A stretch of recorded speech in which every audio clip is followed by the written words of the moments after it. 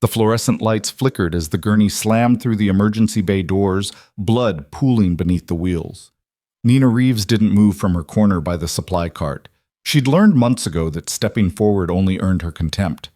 But when the attending physician made his third wrong call in 60 seconds, when the patient's vitals crashed and the surgical team froze, Nina's hands moved with a precision that didn't match the meek nurse everyone ignored. She clamped the severing artery in 4 seconds flat, her fingers steady as stone. The room went silent. Then the radio crackled. Blackhawk inbound. Priority Alpha. ETA, 3 minutes. Someone whispered her name, not the one on her hospital badge, but the call sign she'd buried 6 years ago when they declared her dead in a city that no longer existed. Before we continue, I invite you to follow this story to the very end, and please like and comment with your city so I can see how far this story has traveled. The break room at Coastal Ridge Medical Center smelled like burnt coffee and institutional disinfectant. Nina Reeves sat alone at the corner table, her lunch untouched, her eyes fixed on nothing in particular. The other nurses clustered near the vending machines, their laughter sharp and excluding. She'd stopped trying to join them after the first week. "Did you see what she did during morning rounds?" Jennifer Copeland's voice carried across the room, deliberately loud. She was the charge nurse on the emergency department's night shift, a woman who wore her seniority like armor. Standing there like a ghost, Dr. Morrison asked her a direct question, and she just stared at him. "Maybe she doesn't speak English," someone else offered, and the group erupted in cruel giggles. Nina took a slow sip of water. Her hands didn't shake. They never did anymore. The truth was simpler and more cutting. She'd learned that silence was safer than correction. 3 months at Coastal Ridge had taught her that speaking up, even when she was right, especially when she was right, only made things worse. So when Dr. Morrison misidentified a patient's symptoms during rounds, Nina had kept her mouth shut. The patient would be fine. The labs would come back. Someone else would catch it. That was the calculus she lived by now. Survive the shift. Keep your head down. Go home. Hillsborough, Virginia wasn't a large city, but Coastal Ridge Medical Center was its premier trauma facility, a gleaming 14-story monument to modern medicine that served the Eastern Corridor. Nina had taken the position because it was far from everything she'd left behind, because the background check was cursory, because the pay was adequate, and the night shift meant fewer questions. She finished her water and stood, disposing of the cup and the untouched sandwich. Jennifer's eyes followed her to the door, hungry for reaction. Nina gave her nothing. The emergency department waited beyond the break room doors, a sprawling maze of treatment bays and monitoring stations that never truly slept. Nina moved through it like a shadow, restocking supply carts, verifying medication orders, documenting vitals with mechanical efficiency. The work was mindless, deliberately so. It left no room for memory. "Reeves." Dr. Alan Morrison appeared at her elbow, his voice clipped with irritation. He was a surgeon, technically brilliant and socially insufferable, the kind of man who believed his MD granted him dominion over everyone in scrubs. "I need coffee. Black. 2 sugars. The machine in the physician's lounge is broken again." Nina looked at him for a long moment. She was a registered nurse with a decade of experience, not a waitress. But Morrison's eyes held that particular gleam. He was testing her, waiting for defiance he could punish. "Of course, doctor," she said quietly. His smile was cruel. "Good girl. And make it quick. I have actual medical work to do." She walked to the staff kitchen, measured the grounds, waited while the machine hissed and gurgled. Through the window, she could see the helipad on the hospital's roof, dark and empty against the night sky. Somewhere in the distance, a siren wailed. When she returned with Morrison's coffee, he was elbow deep in a central line placement, his attention fixed on the patient. He didn't look up. "Just leave it on the counter." Nina set the cup down and turned to go. "Actually, Reeves," Morrison's voice stopped her. "Why don't you stay? You might learn something."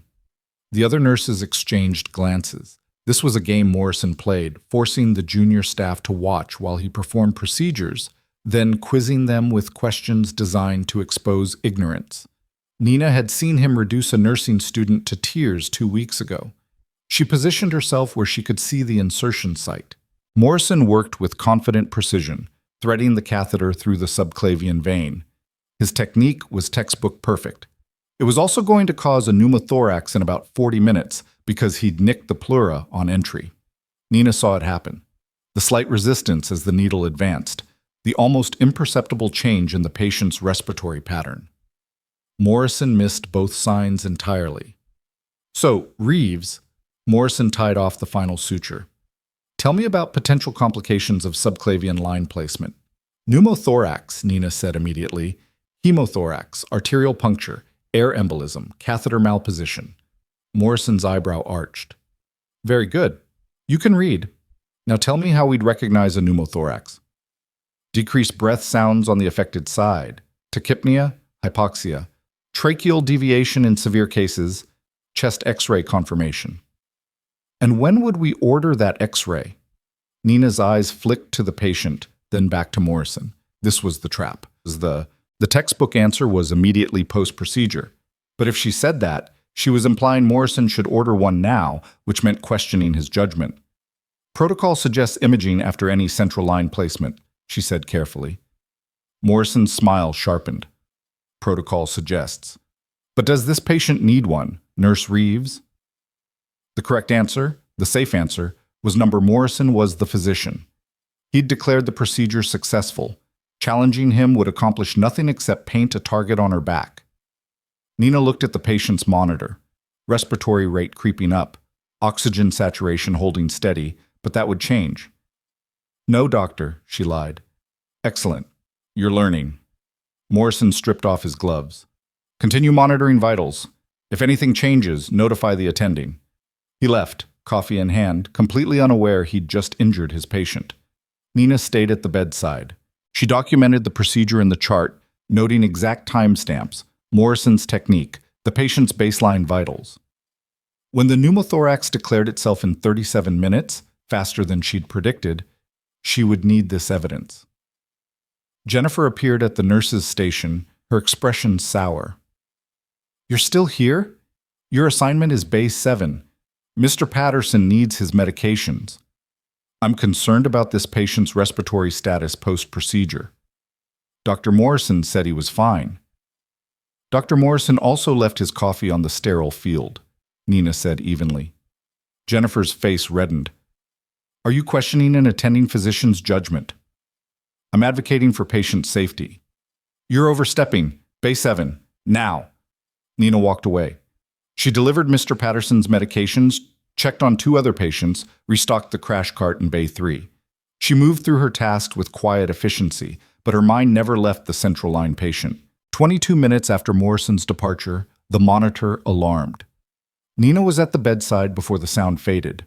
The patient's oxygen saturation was dropping, 94%, 92%, 89%. His respiratory rate had climbed to 32. Breath sounds on the left side were markedly diminished. She hit the call button. I need a physician to Bay 4 immediately. The responding doctor was Dr. Sarah Chen, an ER attending Nina had worked with exactly twice. Chen was competent, thorough, and perpetually exhausted from covering Morrison's mistakes. What have we got? Chen appeared, stethoscope already in hand. Post-subclavian line placement approximately 40 minutes ago. Declining O2 sats, tachypnea, decreased breath sounds left side. Chen listened to the patient's chest, her expression darkening. Pneumothorax. Did Morrison order post-procedure imaging? No, doctor. Of course he didn't. Chen was already reaching for the phone. Get me a portable chest X-ray stat and page thoracic surgery. This needs a chest tube. The X-ray confirmed what Nina had known for the past hour. Morrison had caused a moderate pneumothorax. The patient would recover, but he'd need intervention and an extra 3 days in the hospital. Chen found Nina at the medication station an hour later, after the chest tube was placed and the patient was stable. You knew, Chen said quietly. During the placement. You saw it happen. Nina didn't deny it. Yes. Why didn't you say something? To whom? Dr. Morrison had declared the procedure successful. He's an attending surgeon. I'm a night shift nurse with 3 months seniority. Chen's jaw tightened. This is the 4th complication I've had to clean up from him this month. 5th, Nina corrected. There was the medication interaction in Bay 2 last week that you didn't see. You're documenting these? Every one. Chen studied her with new interest. "Who are you, Nina Reeves?" "Nobody," Nina said. "Just a nurse who pays attention." The rest of the shift passed without incident. Nina documented everything: the vitals, the interventions, Morrison's absence during the crisis. She clocked out at 7 a.m., walked to her car in the still dark parking garage, and drove to her apartment in silence. The studio was small and impersonal, furnished with the bare minimum from a discount furniture store. Nina showered, ate a protein bar, and lay down on the bed, staring at the ceiling. Sleep came fitfully, interrupted by memories she couldn't quite suppress. A field hospital in rubble, screaming in 3 languages, blood on her hands that wouldn't wash away. She woke at 3 p.m., returned to the hospital at 6, and began the cycle again. The next 2 weeks followed the same pattern. Nina worked her shifts in near silence, speaking only when necessary, taking orders from doctors and senior nurses without complaint. She watched Jennifer undermine newer staff, saw Morrison berate residents, observed the small cruelties that passed for normal in the hospital hierarchy. She said nothing, did nothing, became invisible, but she documented everything. On her 14th consecutive night shift, the pattern broke. It started with a simple request. Dr. Morrison needed a medication from the locked pharmacy cabinet. Nina retrieved it, verified the dosage, brought it to him in Bay 6. Morrison didn't look up from his tablet. "Wrong concentration? I need the 10 milligrams per milliliter, not the 5. Nina checked the vial in her hand. "This is 10 milligrams per milliliter, doctor." "Are you arguing with me?" "I'm verifying the medication. The label clearly states—" Morrison's hand shot out, grabbing the vial. He stared at it for a long moment, his face reddening as he realized his error. Then he threw it. The vial shattered against the wall, glass and medication spraying across the floor. Nina didn't flinch. "Get out of my sight," Morrison hissed, "and clean that up before someone gets hurt." He stormed away, leaving Nina standing in a puddle of wasted medication and broken glass. The other nurses had witnessed the entire exchange. None of them met her eyes. Nina cleaned up the mess without comment. She disposed of the broken glass, wiped down the walls, documented the medication waste in the controlled substance log. Then she went to the staff bathroom, locked herself in a stall, and allowed herself exactly 90 seconds of rage. Her hands curled into fists, her breathing accelerated. The scars on her abdomen, hidden beneath her scrubs, began to ache with phantom pain. Then she counted backward from 10, controlled her breathing, released the tension in her shoulders. 90 seconds. That was all she permitted herself. When she emerged, her face was calm again, unreadable. Jennifer was waiting outside the bathroom. "Dr. Morrison has requested you be removed from his service." "I understand." "He's also filing a complaint about your insubordination." Nina met her eyes.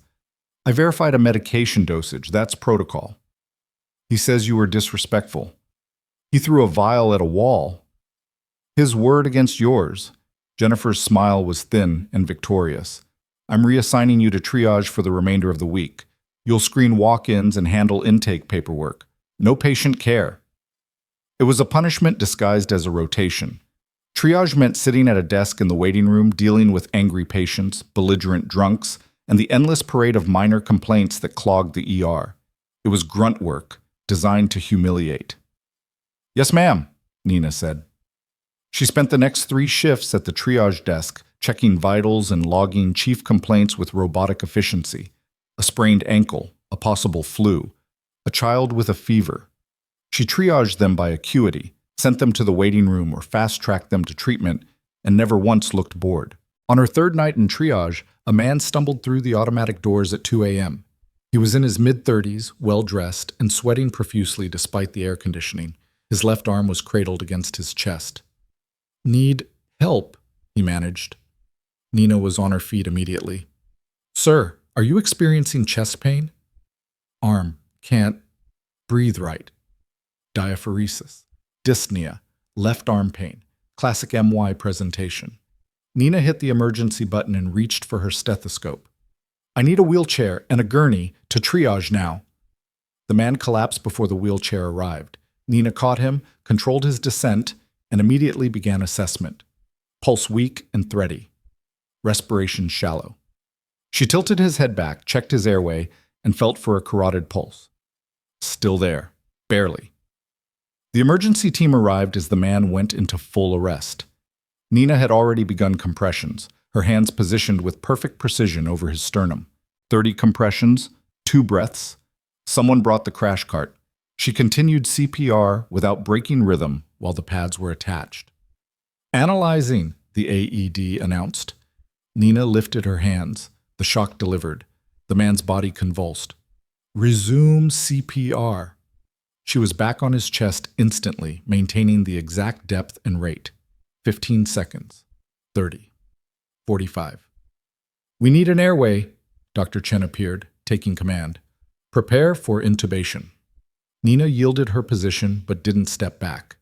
Chen intubated in one smooth motion while Nina established IV access, a feat that should have taken 2 people, but Nina managed solo, holding the patient's arm steady with her knee while threading the catheter. Epi's in, she announced. They worked in synchronization for 4 minutes. Then the monitor showed sinus rhythm. We have a pulse, Chen said. Good work, everyone. Let's get him to the cath lab.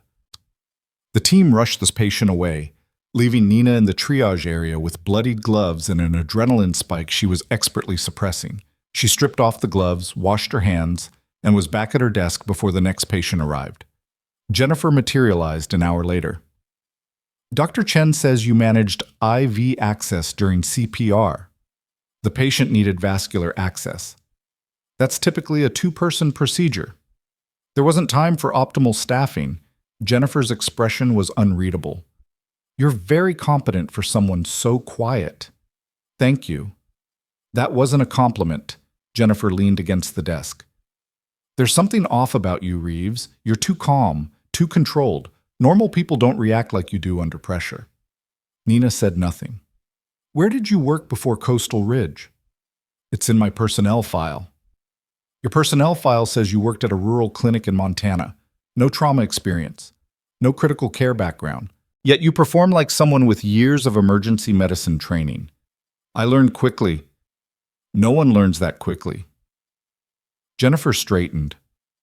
I'm watching you, Reeves. Eventually you'll make a mistake, and when you do, I'll be there. She walked away, leaving Nina alone with the waiting patients and her carefully maintained facade. The shift ended without further incident.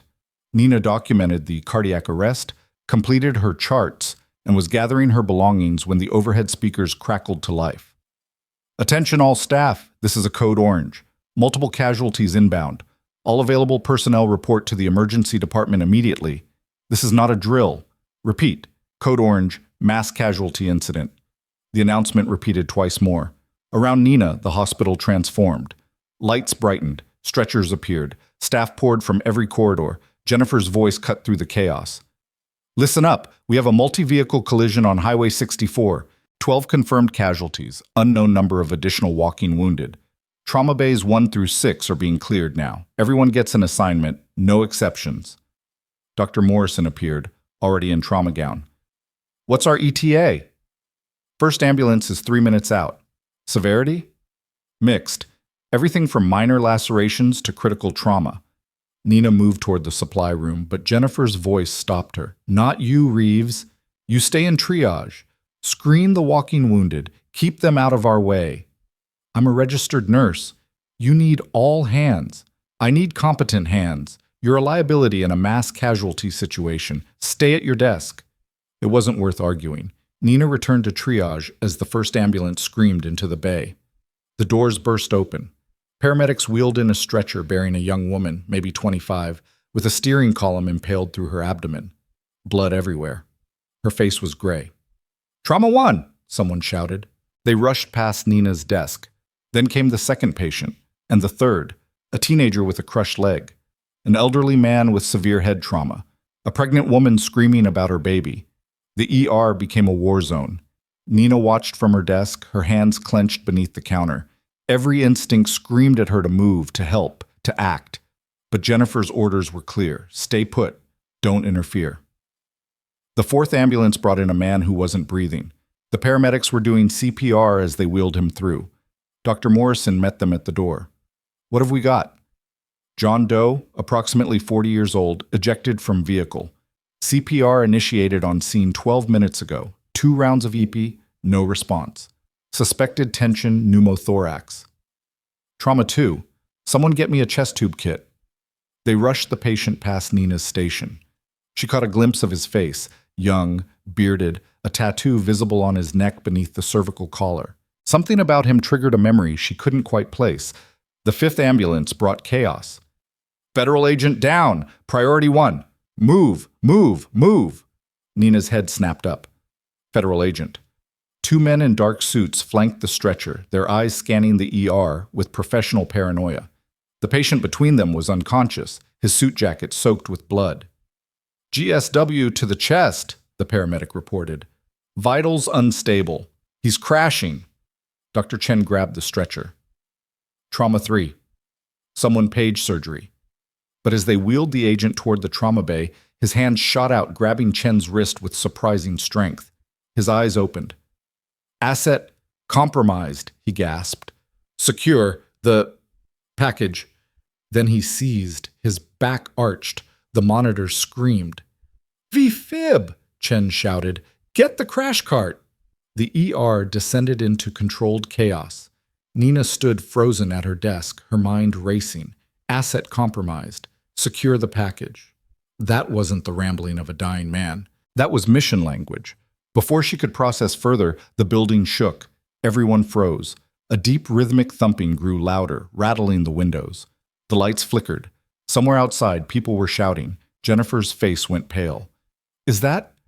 The thumping intensified. The entire ER vibrated. Then, through the windows, Nina saw it. A massive helicopter descending toward the hospital's rooftop helipad. Not a medical chopper. This was military, dark, angular, bristling with equipment that had no business on a civilian aircraft.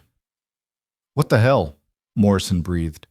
The helicopter landed with a thunderous impact that made the ceiling tiles rattle. The rotors continued spinning, a threatening whine that didn't diminish. The radio at the nurse's station crackled to life. Coastal Ridge Emergency Department, this is Medevac 7-2. We have a priority alpha casualty inbound. Clear your trauma bay and stand by for immediate intake. Repeat, priority alpha. This is not a request. Jennifer grabbed the radio with shaking hands. Medevac 7-2, this is Coastal Ridge. We're in the middle of a mass casualty event. We can't... You will clear a trauma bay. Now. We're coming down whether you're ready or not. The transmission ended. Morrison and Chen exchanged glances. Priority Alpha wasn't standard medical terminology. It was military designation. It meant someone important was dying. Clear Trauma 4, Chen ordered. Move the walking wounded to the hallway. Everyone else, make room. The staff scrambled to comply. Nina remained at her triage desk, but her attention was fixed on the elevator that led to the rooftop helipad. The doors opened. 4 men emerged first. Not medical personnel. These were operators, tactical gear, weapons visible beneath their jackets, movements precise and coordinated. They swept the ER with professional efficiency, establishing a perimeter. Then came the stretcher. The patient was massive, easily 6'4" and heavily muscled. He was covered in blood, his tactical gear torn and scorched. An oxygen mask covered his face. His chest barely moved. Trauma 4, one of the operators barked. Where's your best surgeon? Morrison stepped forward. I'm the attending, but not you. The operator's eyes scanned the room. We need someone who's worked combat trauma. Who here has military medical experience? Silence. Every nurse, every doctor, every tech stood frozen. This wasn't a normal patient. This was something else entirely, something that came with armed guards and military helicopters and questions nobody wanted to answer. The operator's expression darkened. Nobody? You're telling me in this entire... His eyes landed on Nina. She'd been moving. Without conscious thought, she'd stepped away from her desk, her body responding to training that predated her time at Coastal Ridge. Her stance had shifted. Her eyes had assessed the patient with clinical precision. The operator stared at her. His expression changed, recognition flashing across his face. You, he said. Nina didn't respond. You're... He took a step closer, his voice dropping to a whisper that somehow carried through the entire ER. Reaper? The name hit Nina like a physical blow. Nobody had called her that in 6 years. Nobody was supposed to know that name. It belonged to someone who died in a city that no longer existed, in a war the government pretended never happened. Jennifer's voice cut through the shock. Reaper? What the hell is Reaper? But the operator wasn't listening to Jennifer. His eyes were locked on Nina, and in them she saw something that terrified her more than the dying patient, more than the armed men, more than the helicopter still spinning on the roof. She saw hope. We need you, he said simply. He's going to die without you. Nina looked at the stretcher, at the man whose chest had stopped moving, at the monitors showing a heart rate that was about to flatline. She looked at Jennifer's shocked face, at Morrison's confusion, at Chen's dawning comprehension. Then she looked at her hands, steady, scarred, capable of things these people couldn't imagine. The monitor flatlined. Someone screamed, and Nina Reeves made a choice that would destroy the quiet life she'd built and resurrect the ghost everyone believed was dead. She moved. Nina's feet carried her across the ER floor before her mind fully registered the decision. The operator stepped aside as she approached the stretcher, his weapon hand relaxed but ready, his eyes tracking her every movement with the particular attention of someone who recognized lethality in others. The patient was coding. The monitor showed a systole, a flat line that meant no electrical activity, no heartbeat, no time for hesitation. Nina's hands went to his neck, feeling for a carotid pulse she knew wasn't there. His skin was cold, clammy. She ripped open his tactical vest with movements that were economical and brutal, exposing a torso that looked like it had been through a blast zone. Shrapnel wounds peppered his left side. A sucking chest wound bubbled with each attempted breath from the bag valve mask someone was squeezing.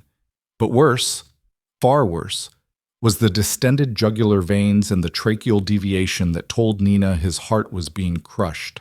Cardiac tamponade, she said, her voice cutting through the chaos with an authority that didn't belong to the quiet nurse everyone ignored. He needs a pericardiocentesis. Now. Dr. Morrison pushed forward. That's a surgical procedure. We need to get him to the OR. He'll be dead in 90 seconds. Nina's eyes didn't leave the patient. Someone get me a long spinal needle, a 60cc syringe, and betadine. Move. Nobody moved. They stared at her like she'd started speaking in tongues. The operator grabbed the nearest nurse, a young woman named Sandra who'd mocked Nina's silence just yesterday. You heard her. Move or get out of the way.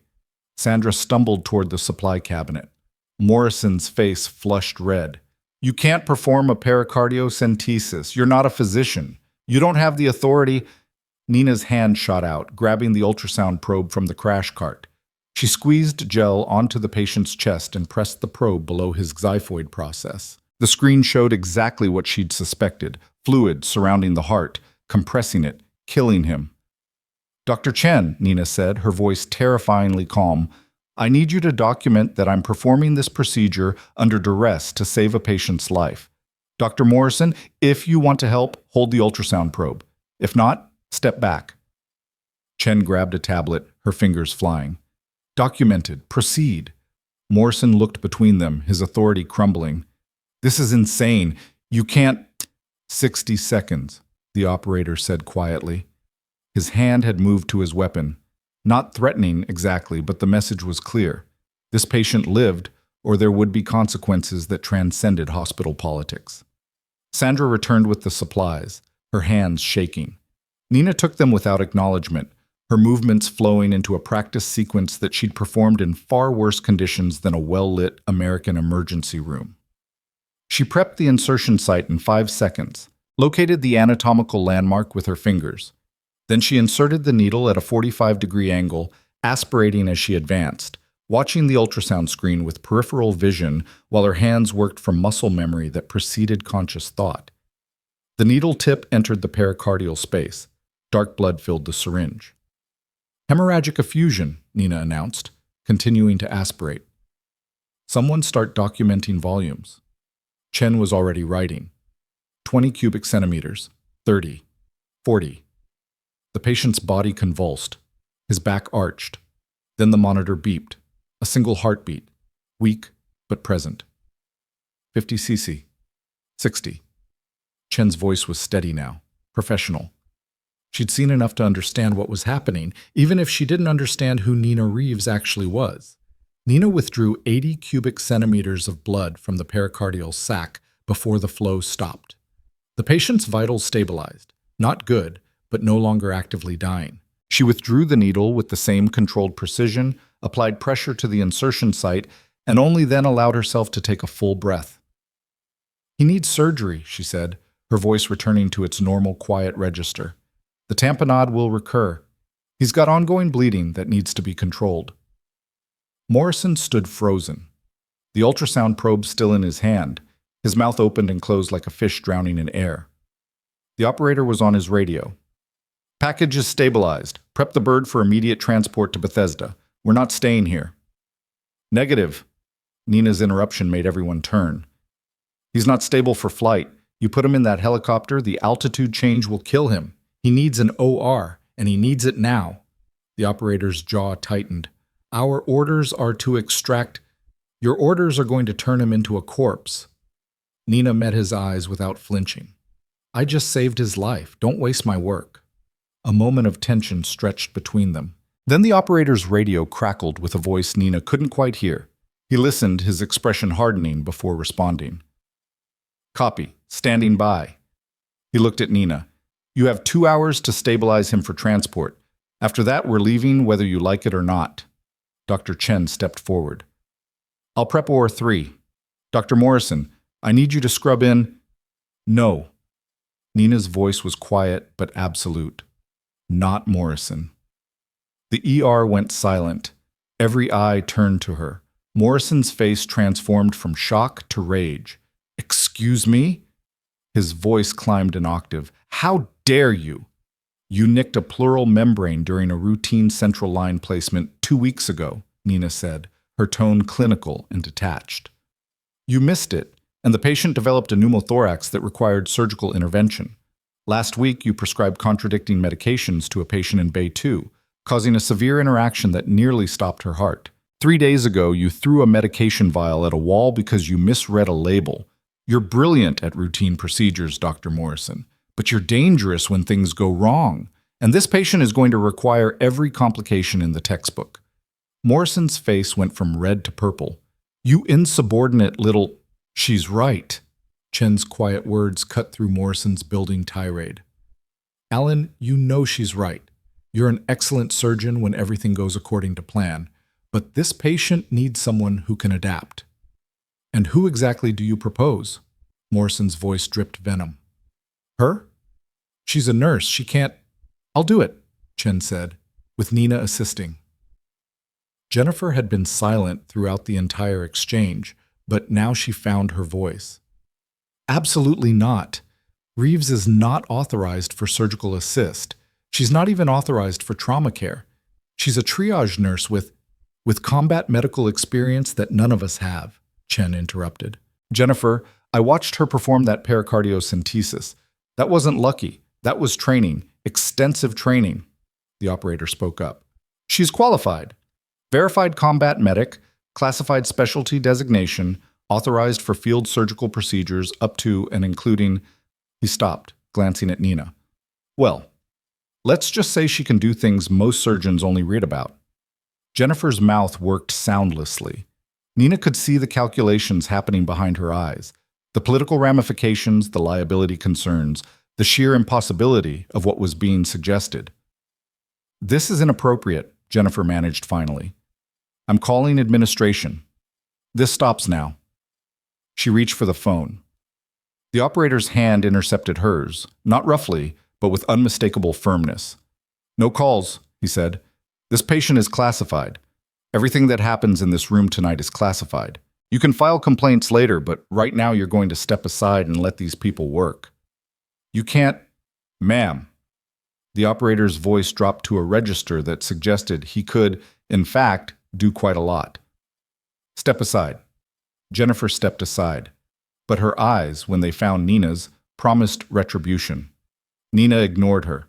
She was already moving, stripping off her scrubs to reveal the surgical attire underneath that she'd worn by habit since her first week, always prepared for emergencies that everyone insisted would never come. "Chen, I need you to lead," Nina said as they moved toward the OR. I'll assist and advise, but you're the surgeon of record. This needs to be legally defensible when it's over. Chen nodded. Agreed. But Nina... She paused at the OR corridor. Who are you? Really? Nina didn't answer. The doors swung closed behind them, sealing them in the sterile quiet of the surgical suite. The patient was transferred to the operating table by a team that included 2 of the tactical operators. They moved him with the practiced efficiency of people who'd evacuated wounded under fire, their movements synchronized and gentle despite their obvious capability for violence. Nina scrubbed in beside Chen, the familiar ritual grounding her in the present moment. The water ran hot. The antibacterial soap foamed between her fingers. She counted to 30, then 40, then 60, longer than necessary, using the time to force her heartbeat into normal rhythm. Through the observation window, she could see Morrison and Jennifer in heated conversation. Morrison was gesturing wildly. Jennifer had her phone out, undoubtedly documenting everything for the inevitable inquest. Nina dried her hands, donned the sterile gown and gloves, and entered the OR. The patient was already prepped and draped. The anesthesiologist, a calm woman named Dr. Patricia Wells, who Nina had worked with exactly 3 times, looked up from her monitors. He's stable for now, Wells reported. But barely. I'm seeing intermittent arrhythmias. Blood pressure's being maintained with pressors. He's getting 3 units of O negative, but he's going to need more. How much more?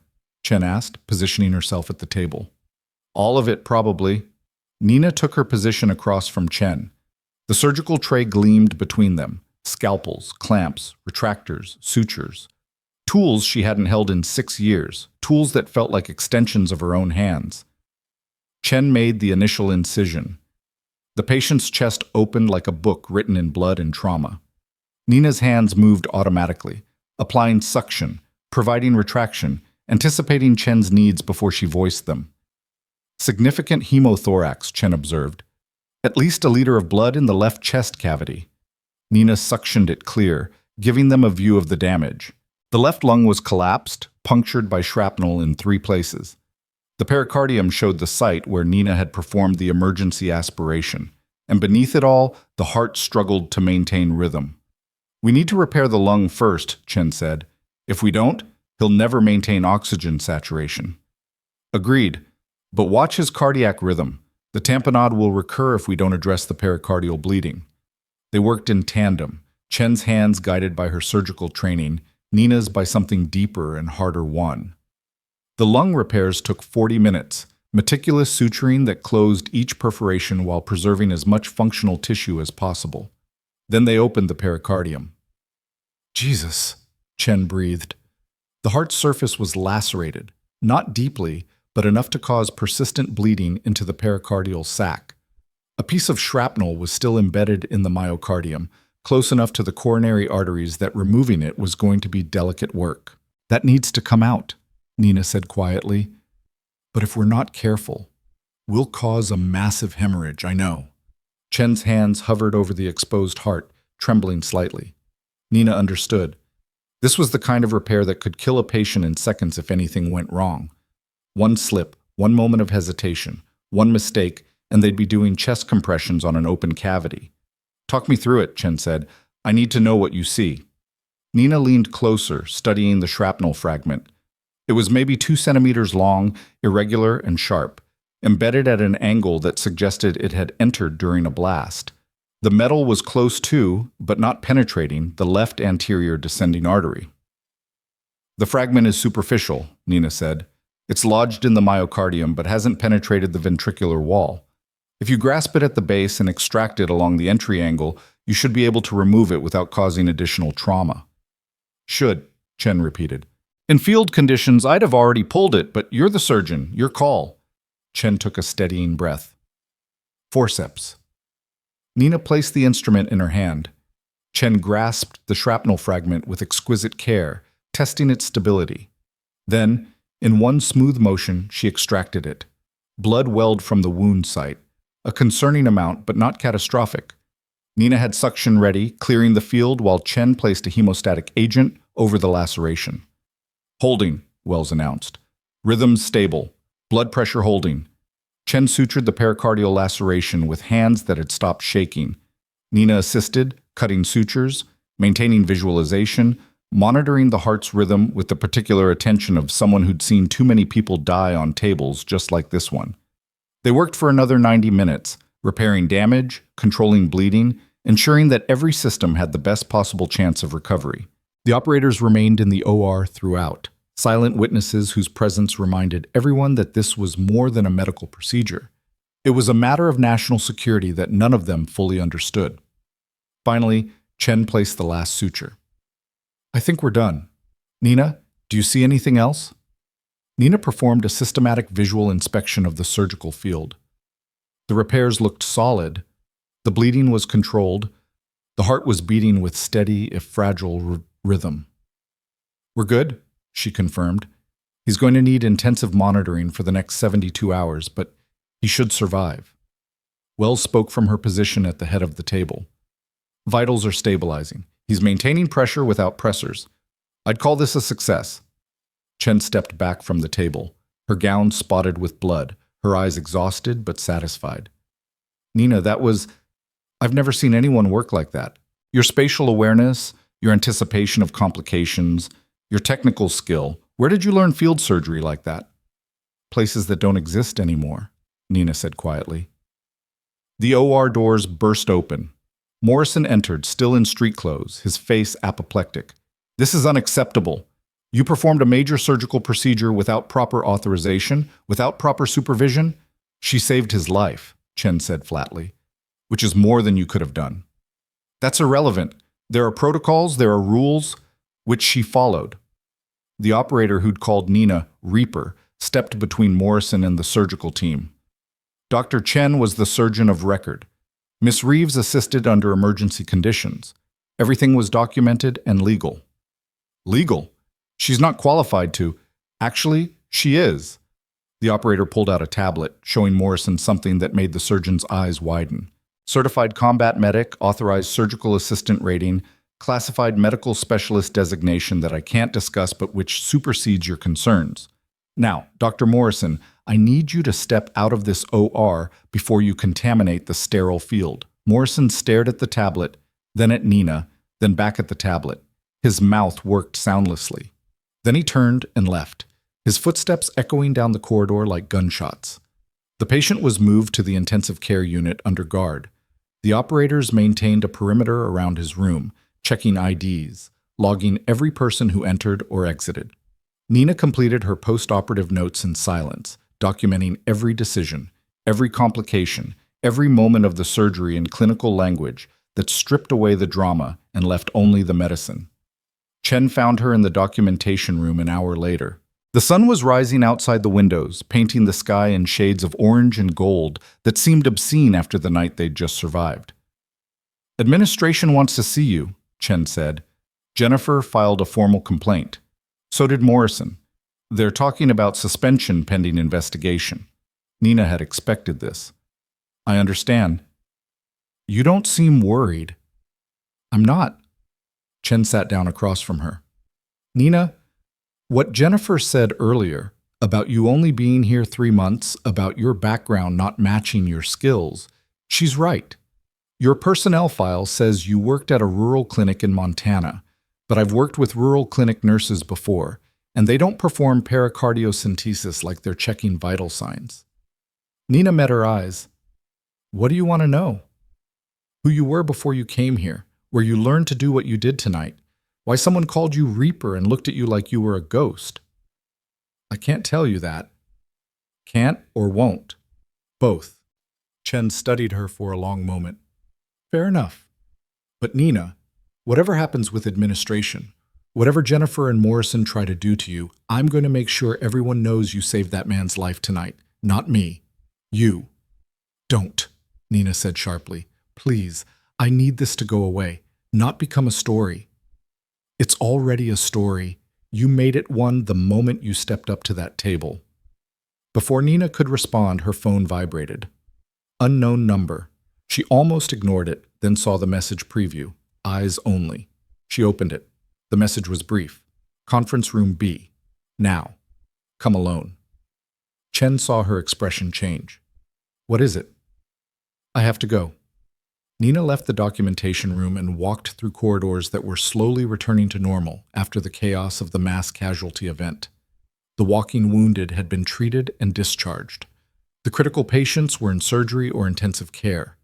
The ER was cleaning up, restocking, preparing for the next crisis. She found conference room B on the hospital's administrative floor. The door was unmarked. She knocked once, then entered. 3 people waited inside. The operator who'd called her Reaper stood by the window. Beside him sat a woman in her 50s, gray hair pulled back in a severe bun, wearing a suit that screamed federal authority. And at the head of the table sat a man Nina recognized despite the years and the scars that hadn't been there the last time she'd seen him. Commander James Brennan, her former commanding officer, the man who'd signed her death certificate 6 years ago. "Hello, Elena," Brennan said, using the name Nina Reeves had buried along with everything else. "We need to talk." Nina remained standing. "I'm dead. Elena Santos died in Kandahar province. You signed the papers yourself." "I signed papers saying you were killed in action. I didn't say you were dead." "There's a difference?" "Apparently." Brennan gestured to a chair. "Please sit. We have a situation." Nina didn't move. "I left that life." "You promised me it was over." "It was." "It is." Brennan's expression softened slightly. "Elena, the man you just saved, his name is Lieutenant Marcus Webb. He's a Navy SEAL, and 3 days ago he was part of an operation that went sideways in ways we're still trying to understand." The woman in the suit spoke for the first time. "I'm Deputy Director Sarah Vance, Defense Intelligence Agency. Lieutenant Webb was extracted from a hostile situation with information that could compromise ongoing operations across 3 continents. He's also the only survivor of his team." Nina felt something cold settle in her chest. "How many?" 6 operators, all KIA except Webb. Vance pulled out a tablet, showing Nina images she didn't want to see. Faces of men who died doing work that would never be acknowledged. "What does this have to do with me?" "Webb is a witness to something we don't fully understand yet. Before he went under in your OR, he managed to communicate one message to our extraction team. There's a mole. Someone inside our intelligence apparatus who compromised his mission, who got his team killed, and who's still out there. Then investigate. Find them. This isn't my world anymore." Brennan leaned forward. "Elena, you saved Webb's life tonight. But there's a complication. Your cover's been blown. Jennifer Copeland, your charge nurse, she started digging into your background the moment you left the OR. Within the hour, she's going to discover that Nina Reeves doesn't exist. No Social Security history before 3 years ago. No college transcripts. No medical school records. Nothing." Nina's jaw tightened. "I've maintained my cover for 6 years. "You maintained it by being invisible," Vance said. "Tonight, you became extremely visible. And that means people are going to start asking questions you can't answer without exposing classified operations." "So what are you proposing?" "We bring you in from the cold," Brennan said. "Officially reinstate you, explain your presence here as part of a long-term security operation, protect you from the administrative fallout." "In exchange for what?" Vance answered. "You stay close to Webb during his recovery. You watch for anything suspicious. Anyone who shows unusual interest in him, any indication that the mole is trying to finish what they started. You're his nurse, his protector, and our eyes inside this hospital." Nina laughed, a sharp, bitter sound. "You want me to be bait." "We want you to do what you do best," Brennan said. "Survive, protect, and if necessary, eliminate threats before they become problems." "I'm not that person anymore." Tonight proved otherwise. Brennan stood, walking around the table until he stood directly in front of her. "Elena, I know what I'm asking. I know what you left behind, but 6 men are dead, and we have no idea how deep this compromise goes. Webb is a target. You're the only person in this building qualified to keep him alive." Nina looked at him for a long moment. She thought about the quiet life she'd built, the careful anonymity she'd maintained, the safety of being nobody in particular. She thought about Jennifer's suspicious eyes and Morrison's rage and all the small cruelties she'd endured in silence because silence kept her safe. Then she thought about Marcus Webb's chest opening beneath her hands, his heart struggling to beat, his life measured in the seconds she'd stolen back from death. "How long?" she asked. 72 hours, Vance said. "We have specialists flying in from Bethesda to take over his care. You just need to keep him alive until they arrive. And after? After we disappear you again. New identity, new location, new life. Clean break." Nina knew they were lying. There was no clean break from this world. Once you were in, once you knew the things she knew and had done the things she'd done, you were in forever. The only question was whether you acknowledged it or pretended otherwise. "I need access to his medical records," Nina said. "Complete access, not the sanitized version. And I need to know what he was doing when his team was killed." Vance and Brennan exchanged glances. "That's classified. Then declassify it. If I'm going to protect him, I need to know what I'm protecting him from." Another long silence. Then Vance nodded. "Agreed. But this stays between us. Chen doesn't know. Jennifer doesn't know. No one knows except the people in this room." "Understood." Brennan handed her a phone, encrypted, unmarked. "This is your direct line to us. Any threat, any concern, any suspicion, you call immediately." Nina took the phone. It was heavier than it should have been, weighted with implications she was trying not to examine too closely. "One more thing," Vance said. "Jennifer Copeland's investigation into your background. We're going to let it proceed. We'll feed her just enough information to satisfy her curiosity without exposing the truth. She'll think she's uncovered something, but it'll be a dead end." "What kind of information?" "Witness protection," Brennan said. "You're a civilian who testified against a domestic terrorist organization, received a new identity through the Marshal Service, and took a nursing position here as part of your relocation. It explains the gaps in your history without revealing classified details." Nina nodded slowly. It was plausible.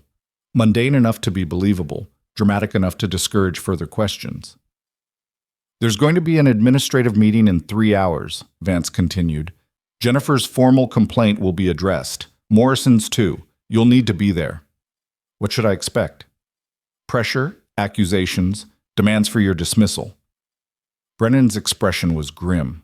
"But we've already contacted the hospital's board of directors. They're aware of the classified nature of Webb's presence here. They'll support you, even if they don't like it." Nina stood. "Then I should prepare." She turned to leave, but Brennan's voice stopped her. "Elena, thank you for saving Webb, for doing this." She looked back at him. "Don't thank me yet, Commander. The night's not over." She left Conference Room B and walked back toward the ICU. The hospital was waking up fully now. Day shift arriving, morning rounds beginning, the endless cycle of care continuing regardless of the drama that had unfolded in the darkness. Webb's room was on the 3rd floor, isolated from other patients, guarded by 2 operators who checked her ID before allowing entry. She showed them the badge Vance had given her, a federal credential that identified her as a DOD medical specialist assigned to Webb's case.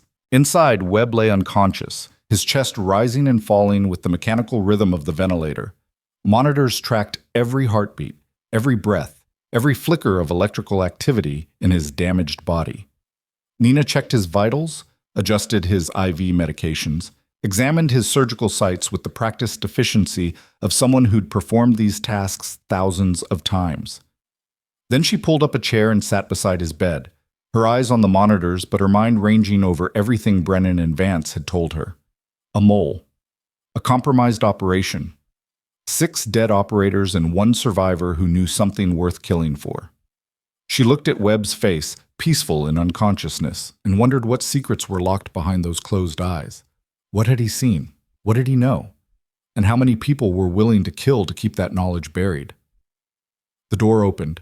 Dr. Wells entered, still in her scrubs from the surgery, her expression professionally neutral.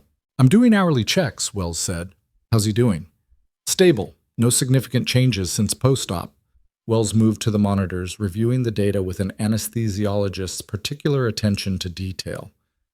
"His cardiac function is better than I expected. That repair you and Chen did, it's holding beautifully.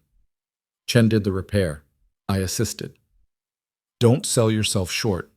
Wells glanced at her. I've been an anesthesiologist for 20 years. I've seen a lot of surgeries, a lot of different teams. What you did in that OR, that wasn't assisting. That was mastery. Nina didn't respond. Wells continued. There's a rumor going around, something about you being in witness protection, about having a classified background. Is it true? I can't discuss it. Can't or won't. Nina almost smiled. Chen had asked the same question. Both. Wells nodded slowly. Fair enough. But Nina, or whatever your real name is, be careful. Jennifer's out for blood. She's contacted the State Board of Nursing, the hospital's legal department, and about 6 different regulatory agencies. She wants you not just fired, but criminally prosecuted. I know. And you're not worried? I've survived worse than Jennifer Copeland. Wells studied her with new interest. I believe you. She left, and Nina was alone with Webb again. The minutes stretched into an hour. She documented his vitals, adjusted his sedation, maintained the careful balance of medications that kept him alive and stable. Then Webb's eyes opened. It happened without warning. One moment he was unconscious, the next his eyes were wide and tracking, filled with an awareness that shouldn't have been possible given his sedation levels. Nina was on her feet immediately. Lieutenant Webb, can you hear me? His eyes found her, focused. Behind the ventilator tube, she saw his jaw working, trying to form words. Don't try to talk, Nina said. You're intubated. You're in Coastal Ridge Medical Center. You were badly injured, but you're going to survive. Webb's hand moved, reaching for something. Nina caught it gently. His grip was weak but insistent. What do you need? He pointed at the ventilator tube. Nina shook her head. You're not ready to be extubated. Your lungs need more time. Webb's grip tightened. His eyes became urgent, almost panicked. He pointed again, more insistently. Nina hesitated. Then she grabbed a pen and paper from the bedside table. Can you write? Webb took the pen with trembling fingers. His handwriting was nearly illegible, distorted by weakness and pain, but Nina could make out the words, They're here. Nina's blood ran cold. Who's here? Webb wrote again. Hospital, watching, danger. Who's watching? Webb, who? The door burst open. Nina spun, her hand going to her pocket where the encrypted phone waited. But it wasn't an assassin. It was Jennifer, flanked by 2 security guards and a man in an expensive suit who had hospital administrator written all over him. Nina Reeves, Jennifer said, her voice ringing with triumph. You're hereby suspended from all duties pending a full investigation into your credentials, your actions during last night's surgery, and your eligibility for employment at this facility. Security will escort you from the building immediately. Nina looked at Webb. His eyes were wide, his hand still clutching the pen, the word danger underlined 3 times on the paper. The administrator stepped forward. Miss Reeves, I'm Richard Thorne, Chief Operating Officer. I understand there are extenuating circumstances regarding your background, but until we can verify your credentials and authority, I have no choice but to comply with the formal complaints that have been filed. Please surrender your badge and come with security. Nina's mind raced. If she left this room, Webb was unprotected. If she refused to leave, she'd be forcibly removed, possibly arrested, and Webb would still be unprotected. Either way, Jennifer had just signed his death warrant. She pulled out the encrypted phone and hit the emergency contact. Brennan answered on the first ring. What's wrong? Webb's awake. He says there's a threat in the hospital, and I'm being removed from his care right now. Put Thorne on. Nina handed the phone to the administrator. It's for you. Thorne took it reluctantly. This is Richard Thorne, who is...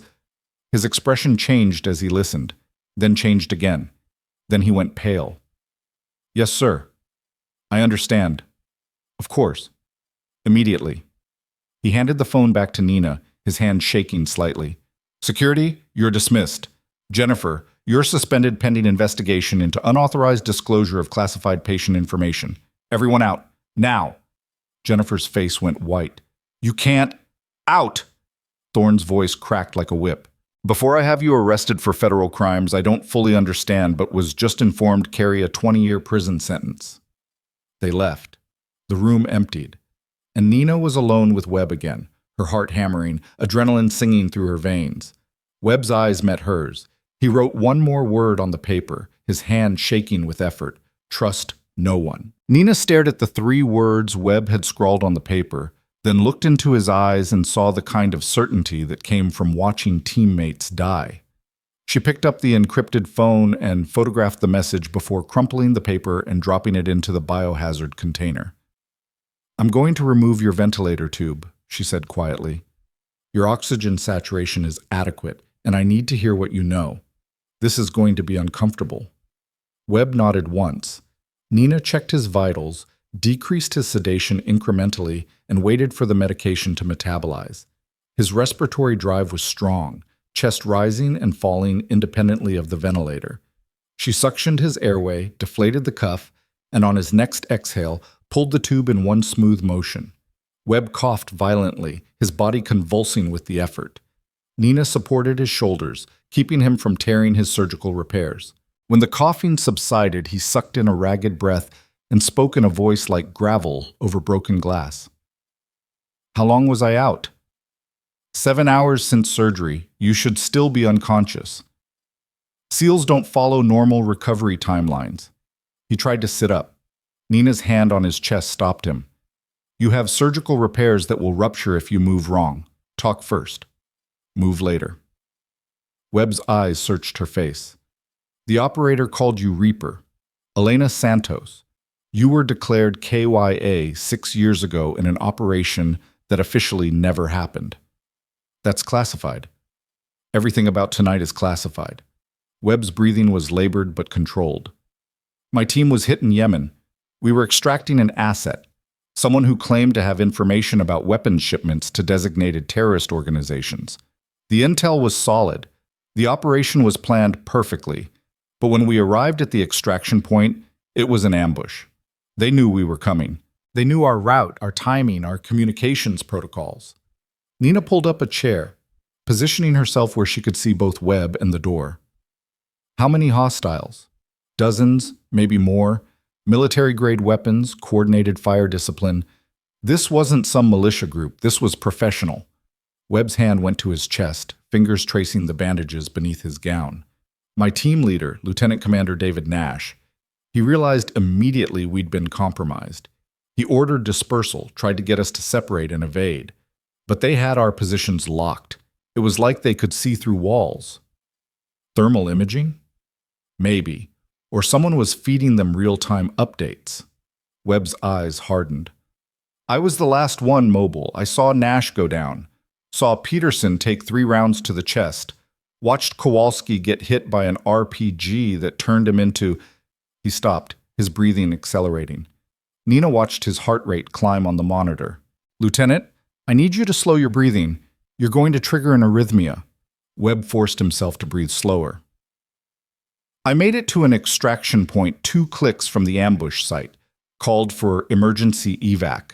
The helicopter that picked me up, those weren't regular military pilots. They were contractors, private security. They asked me questions during the flight that felt wrong. Details about the operation that they shouldn't have known. When I started getting suspicious, I stopped answering." "What happened then?" "One of them tried to inject me with something, said it was morphine for the pain, but I've been shot before and I know what morphine feels like. This wasn't morphine." Webb's hand moved to his arm, where Nina could see fresh bruising around an IV site. "I fought them, damaged the injection port. They got maybe half the dose into me before I passed out." Nina felt ice crystallize in her veins. "They were trying to kill you. Or silence me. I don't know which." Webb coughed again, his face contorting with pain. "When I woke up, I was in that helicopter heading here. Different crew, different operators. These ones seemed legit, but I don't know who to trust anymore." The encrypted phone buzzed. Nina checked the screen. A message from Brennan. "Threat confirmed. Stay alert." She showed it to Webb. "Commander Brennan says there's a verified threat. Do you know what you saw that's worth killing for?" "Before Nash died, he gave me something." Webb's hand went to his neck, fingers searching. His expression shifted to panic. "My tags. Where are my dog tags?" Nina moved to the personal effects locker. Inside was Webb's tactical gear, cut away during emergency treatment, soaked with blood and combat residue. She found the dog tags in the pile and brought them to him. Webb took them with shaking hands. His fingers found a small seam in the metal, invisible unless you knew to look for it. He twisted the tag and it separated into two pieces. Inside was a micro SD card, smaller than a fingernail. Nash downloaded files from the asset's phone before we were ambushed. He gave this to me, told me to get it stateside no matter what. He died 30 seconds later. Nina stared at the tiny piece of technology. What's on it? I don't know. But 6 men died to protect it, and someone's willing to kill me to keep it buried. Before Nina could respond, the door opened. She moved instinctively, positioning herself between Webb and the entrance, her hand going to the scissors in her pocket, inadequate as a weapon but better than nothing. Dr. Chen entered, her expression grave. She stopped when she saw Nina's defensive posture. Easy, Chen said, raising her hands. I'm just doing post-operative rounds. Nina relaxed fractionally but didn't move away from Webb. He's been extubated. Respiratory function is adequate. No signs of surgical complications. Chen approached the bed slowly, her eyes moving between Nina and Webb. Lieutenant, I'm Dr. Sarah Chen. I was the surgeon who repaired your chest. How are you feeling? Like I got blown up, Webb rasped. That's accurate. Chen checked his monitors, her movements professional and unhurried. Your vitals are stronger than expected. The repairs are holding. But you shouldn't have been extubated for at least another 12 hours. I made that call, Nina said. Chen's eyes met hers. On what medical basis? On the basis that he needed to communicate information critical to his safety. The risks of early extubation were outweighed by the risk of leaving him unable to speak. That's not standard protocol. Nothing about this situation is standard. Chen studied them both for a long moment. Then she pulled out her phone and showed Nina the screen. It displayed a news article from a medical journal, the headline reading, Combat Medic Presumed Dead After Classified Operation Receives Posthumous Military Cross. Below the headline was a photograph of a younger woman in military fatigues, her eyes harder than Nina's were now, her expression suggesting someone who'd seen too much death too early. Elena Santos, Chen said quietly. Specialized in combat trauma care. Credited with saving over 200 lives during classified operations in the Middle East. Officially killed in action during an operation in Kandahar province. Except she's not dead, is she? Nina said nothing. I did some research after our surgery, Chen continued. Nina Reeves doesn't exist before 3 years ago. No birth certificate, no school records, no medical licensing examination history. The credentials that got you hired here are perfect forgeries, good enough to pass normal scrutiny, but completely fabricated.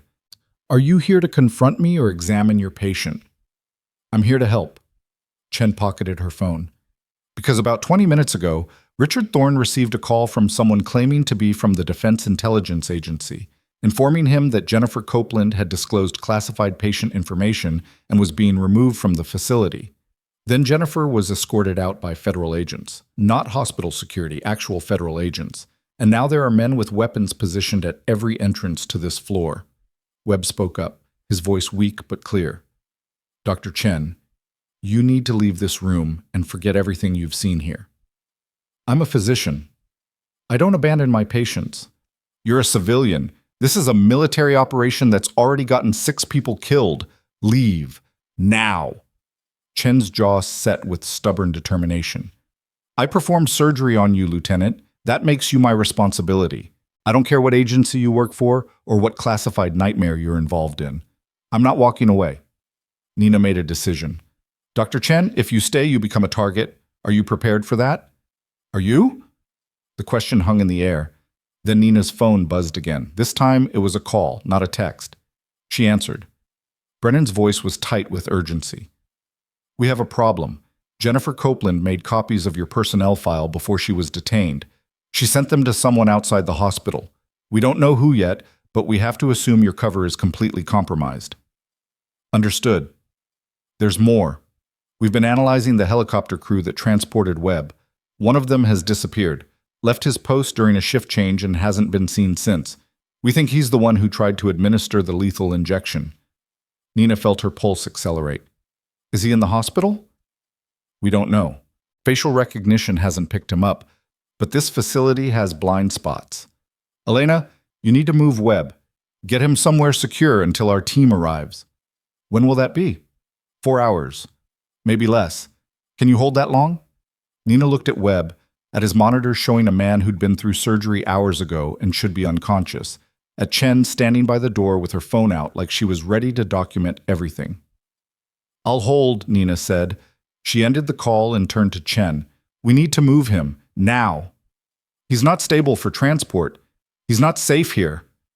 Nina was already disconnecting monitor leads, switching Webb to portable telemetry. There's a hostile somewhere in this building. Someone who's already tried to kill him once. We stay in this room. We're targets in a cage. Chen hesitated, then moved to help. Where are we going? Somewhere with fewer windows and better defensive positions. They transferred Webb to a wheelchair, against every medical protocol Nina had ever learned, but protocols assumed safety, and safety was a luxury they didn't have. Webb gritted his teeth against the pain as they lifted him, his surgical sights pulling, his face going gray. Nina checked his portable monitor, heart rate elevated but steady. Oxygen saturation holding at 94%. He was stable enough to move, which was all that mattered. Nina pushed the wheelchair while Chen walked ahead, clearing the path. The ICU corridor was eerily quiet, too quiet. The operators who'd been guarding Webb's room were gone. Where's security? Chen whispered. Nina's hand went to her pocket, finding the scissors again. I don't know. They moved toward the service elevator at the end of the hall. Nina's eyes scanned every doorway, every shadow, every potential angle of attack. Her training was flooding back. The muscle memory of threat assessment, the hyper-awareness that had kept her alive in places where death waited around every corner. The elevator was 20 feet away when the lights went out. Emergency lighting kicked in immediately, bathing the corridor in red. Chen gasped. Nina kept moving, pushing Webb faster. Elena! Webb's voice was strained. Stop! Nina stopped. In the red light, she saw what Webb had seen, a shadow at the end of the corridor, human-shaped, moving with the particular care of someone who didn't want to be noticed. Then a voice called out from the darkness. Dr. Chen, Miss Santos, Lieutenant Webb, please remain where you are. We need to talk. The shadow resolved into a man as he stepped into the emergency lighting. He was average height, average build, the kind of person you'd pass in a crowd without noticing. He wore hospital scrubs and a visitor's badge that identified him as Tom Richardson, family member. Nina didn't recognize him, but the way he moved, balanced, centered, hands visible but ready, told her everything she needed to know. Who are you? Nina called back. Someone trying to prevent more deaths. Richardson took another step forward. Nina saw the bulge under his scrub top, just above his right hip, armed. Lieutenant Webb has something that belongs to my employer. Give it to me, and everyone walks away alive. Your employer got my team killed, Webb said, his voice gaining strength from rage. You think I'm just going to hand it over? I think you're a rational man who understands the situation. Richardson's hand moved fractionally closer to his weapon. 6 operators are already dead. Dr. Chen here has a husband and 2 children. Miss Santos has worked very hard to build a quiet life. Do any of you really want to die for a piece of plastic? Nina calculated distances. 15 feet between her and Richardson. No cover. Chen was unarmed and untrained. Webb was barely conscious. If Richardson drew his weapon, Nina had maybe 2 seconds to close the distance before he could fire. Not good odds. But she'd survived worse. Let Chen go, Nina said. She's not part of this. Everyone in this corridor is part of this the moment they saw my face. Then you have a problem, because there are federal agents in this building, and they're going to notice when the lights cut out. Richardson smiled. The lights cutting out is going to be blamed on the storm. Have you looked outside, Ms. Santos? We're getting the tail end of Hurricane Melissa. Power fluctuations are expected. Nina hadn't noticed the storm. She'd been too focused on Webb, on the surgery, on the cascade of crises that had consumed her night. But now she heard it, wind howling against the building, rain hammering the windows, the distant rumble of thunder. Perfect conditions for an attack, perfect cover for murder. You can't shoot all 3 of us before someone responds, Nina said. I don't need to shoot all 3, just the 2 who matter. Richardson's eyes flicked to Webb. The lieutenant's already dying from his injuries. It would be tragic, but unsurprising if he coded during transport. Dr. Chen would be devastated, of course. And you, Ms. Santos, well, you're about to have a very unfortunate accident. He moved, fast. His hand went for the weapon. Nina was faster. She shoved Webb's wheelchair backward, sending it rolling toward Chen, and launched herself forward. 15 feet became 10, became 5. Richardson's gun cleared his waistband. Nina's hand caught his wrist, redirecting the barrel upward as it fired. The gunshot was deafening in the enclosed corridor. The bullet punched through a ceiling tile. Nina twisted Richardson's wrist with brutal efficiency, using his own momentum against him. The gun clattered to the floor. Richardson was trained. He countered her wrist lock with an elbow strike to her face. Nina rolled with it, accepting the impact across her cheekbone rather than letting it break her nose. Pain exploded through her skull. She tasted blood, but she didn't let go. They went down together, grappling on the floor. Richardson was stronger, heavier. Nina was faster and had 6 years of combat experience fighting in conditions that made this seem like a training exercise. She got a knee into his solar plexus, drove the air from his lungs, and used the momentary advantage to establish a chokehold. Richardson bucked, trying to dislodge her. His hand scrabbled for something in his pocket. Nina saw the glint of metal. A knife. She adjusted her chokehold, cutting off blood flow to his brain. 5 seconds. 10. Richardson's movements became sluggish. 15. He went limp. Nina held the choke for 3 more seconds, then released. Richardson slumped to the floor, unconscious but breathing. She grabbed his gun, checked the chamber, 1 round fired, 6 remaining, and turned to find Chen and Webb staring at her with identical expressions of shock. "We need to move," Nina said, her voice steady despite the adrenaline screaming through her system. "Now." Chen found her voice. How did you?" "Later. Move." They reached the service elevator. Nina hit the button. Nothing happened. The power was still out, and the elevator wasn't on emergency backup. "Stairs," Nina decided. "Chen, help me with the wheelchair."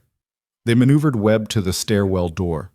Nina pulled it open, cleared the space beyond, then they began the descent. Each step jolted Webb's injuries. His face was gray with pain, sweat beading on his forehead.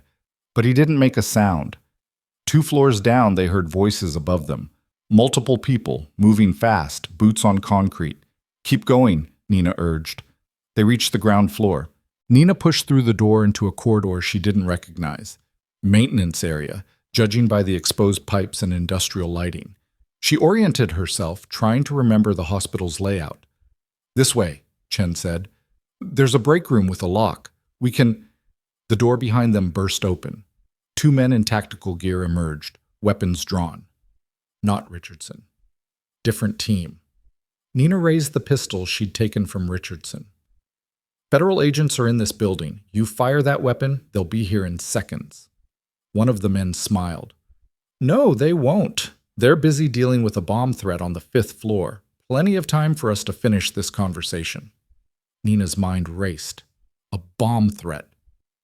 That explained where the operators had gone, why security had vanished. This wasn't a spontaneous attack. This was coordinated, planned, executed with military precision. Webb spoke from the wheelchair, his voice weak but clear. "You're making a mistake. Whatever you think is on that SD card, it's not worth starting a war." "We're not starting a war, Lieutenant. We're preventing one." The man's weapon stayed level, aimed at Nina's center mass. "The information you're carrying could destabilize 3 allied governments and compromise intelligence assets across 2 continents. You think you're protecting something valuable. You're protecting a grenade with the pin pulled. Then why kill my team? Why not just explain?"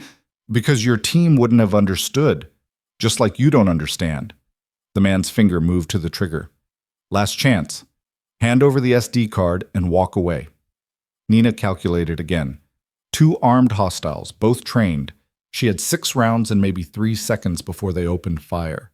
Chen was behind her, unarmed. Webb was critically injured. The odds were impossible. But impossible odds had never stopped her before. She fired. The gunshot echoed like the end of the world. Her first round caught the speaking man in the shoulder. A winging shot, not lethal, but enough to spin him sideways. Her second round hit the other man's weapon hand, sending his gun skittering across the floor. Then she was moving, using the momentary chaos to close distance. The wounded man tried to bring his weapon back up. Nina kicked it from his hand, then swept his legs. He went down hard. She pivoted to the second man, who was reaching for his dropped weapon with his uninjured hand. A wheelchair hit him from the side. Webb had pushed himself forward with his remaining strength, using the chair as a battering ram. The impact sent the second man sprawling. Webb collapsed out of the chair, his surgical sights tearing, blood blooming through his gown. "Webb!" Nina dropped beside him. His pulse was thready, his breathing shallow. The surgical repairs were failing. Chen was already moving, her medical training overriding her shock. She pressed her hands against Webb's chest, applying pressure to the bleeding sites. "We need an OR, now." "We need to get out of this corridor," Nina countered. She grabbed one of the fallen weapons, checked the magazine, then hauled Webb back into the wheelchair. Blood soaked through the fabric. His eyes were closed. His face was the color of old snow. They ran. Behind them, Nina heard shouting, footsteps, the crackle of radios. The building was waking up to the violence, responding, converging. They had minutes before they were overwhelmed. Chen led them through a maze of service corridors, her knowledge of the hospital's layout finally useful. They emerged in a loading dock area, large and open, filled with supply pallets and industrial equipment. "There," Chen pointed. "The ambulance bay connects to this dock. We can—" The overhead door exploded inward. Not an explosion. A vehicle. A black SUV smashed through the rolling door, metal screaming, glass shattering. It skidded to a stop 10 feet from where they stood. The passenger door opened. Commander Brennan stepped out, his suit replaced with tactical gear, a weapon in his hand. "Get in," he said. "We're leaving." Nina didn't hesitate. She and Chen lifted Webb into the SUV's back seat. Nina climbed in after him, immediately checking his vitals. Chen started to follow. Brennan stopped her. "Not you, doctor. You stay here. He needs medical attention." "He'll get it, but you're a civilian. This ends for you right here." Chen looked at Nina, her expression pleading. Nina met her eyes and gave a small nod. Chen had already risked too much. This was where her involvement ended. The SUV pulled away, tires screaming on concrete. Through the rear window, Nina saw Chen standing alone in the loading dock, surrounded by debris and storm wind and the wreckage of the night. Then they were on the street, driving through rain that fell like artillery, wind that shook the vehicle. Brennan drove with professional precision, navigating empty streets while speaking into a radio. "Package secured. En route to secondary location, we have one critical casualty requiring immediate surgical intervention." A voice crackled back. "Copy. Medical team standing by." Nina worked on Webb in the back seat, using supplies from an emergency medical kit to stabilize his bleeding. His pulse was barely palpable. His breathing was agonal, the kind of breathing that preceded death. "Stay with me, Webb," she muttered, her hands working automatically. "You don't get to die after I spent 6 hours putting you back together." "Elena." Brennan's voice from the front seat. "Did he give you the SD card?" "Yes." "Where is it?" Nina pulled the tiny piece of technology from her pocket. In the dim light of the SUV's interior, it looked harmless, insignificant. Hard to believe 6 men had died for it. "What's on it?" Nina asked. Brennan was silent for a long moment. Then, "Proof. Evidence. The kind of truth that powerful people would kill to keep buried." "What kind of truth?"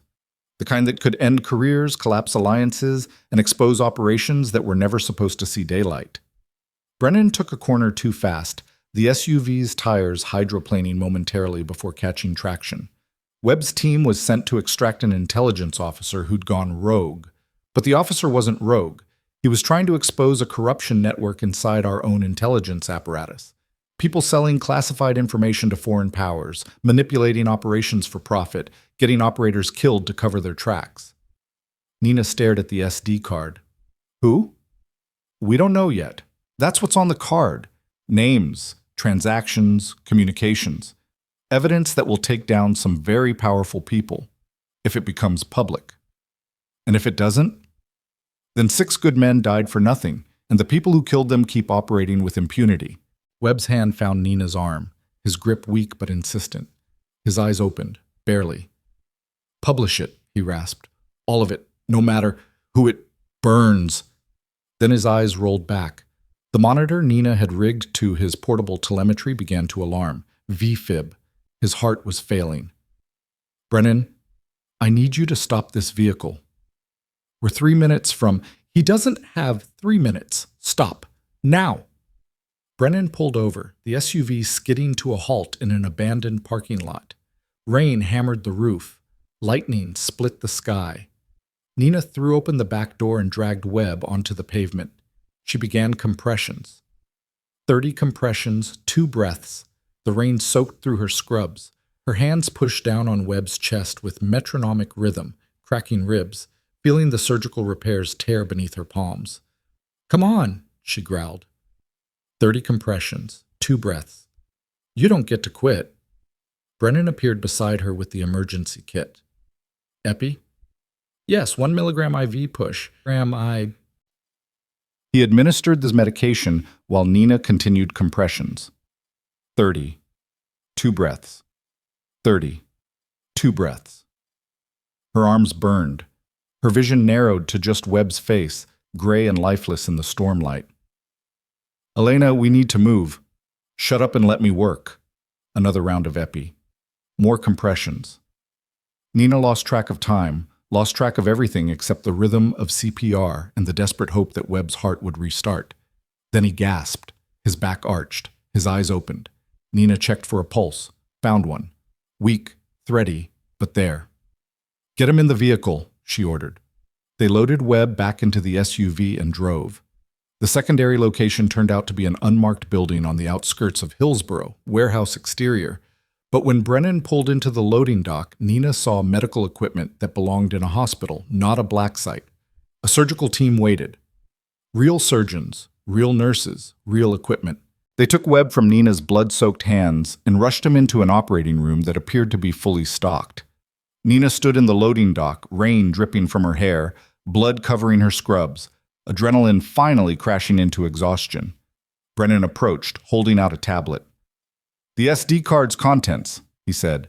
"Decrypted and verified. You should see this." Nina took the tablet. The screen showed a spreadsheet. Dates, amounts, account numbers. Beside it, transcripts of communications. Names she recognized. Officials she'd seen on television. People who were supposed to be protecting national security, not selling it. Then she saw a name that made her blood freeze. Deputy Director Sarah Vance. The woman who'd been in Conference Room B. The woman who'd authorized Nina's involvement. The woman who'd promised to protect her. Nina's head snapped up. "Vance, she's compromised." "Yes." Brennan's expression was grim. "We didn't know until 20 minutes ago. The SD card contained communications showing she's been selling classified information to foreign intelligence services for the past 3 years. She's also the one who ordered the hit on Webb's team. She knows where we are. She authorized this location." Brennan's face went pale. "Oh, God." The building exploded. The blast threw Nina backward, slamming her into the SUV. Her ears rang. Her vision whited out. She couldn't hear, couldn't think, could only feel the impact reverberating through her bones. When her vision cleared, the loading dock was a crater. Fire licked at the edges. Brennan lay 10 feet away, not moving. The medical team, the OR, Webb, all buried under tons of rubble. Nina tried to stand. Her legs wouldn't cooperate. She crawled instead, dragging herself toward where the OR had been, her hands scrabbling at broken concrete and twisted rebar. "Webb?" she called, her voice lost in the ringing silence. "Webb!" No response. Just fire and destruction and the sound of the building collapsing around her. Then hands grabbed her shoulders, pulling her back. She fought, trying to break free, trying to reach the rubble where Webb was buried. "Let me go! He's in there!" "The building's coming down," a voice shouted in her ear. "We have to move!" Nina was dragged away from the wreckage, away from Webb, away from everything she'd fought to protect. She watched the building collapse in on itself, burying evidence and bodies and the truth she'd killed to defend. The hands released her. She spun, ready to fight whoever had pulled her away from Webb, and found herself staring into Deputy Director Sarah Vance's calm, professional smile. "Hello, Elena," Vance said, raising a weapon that looked very much like it was about to end Nina's life. "We need to have a conversation about what you've seen tonight." Nina's hands were empty. Her weapons were buried in the rubble.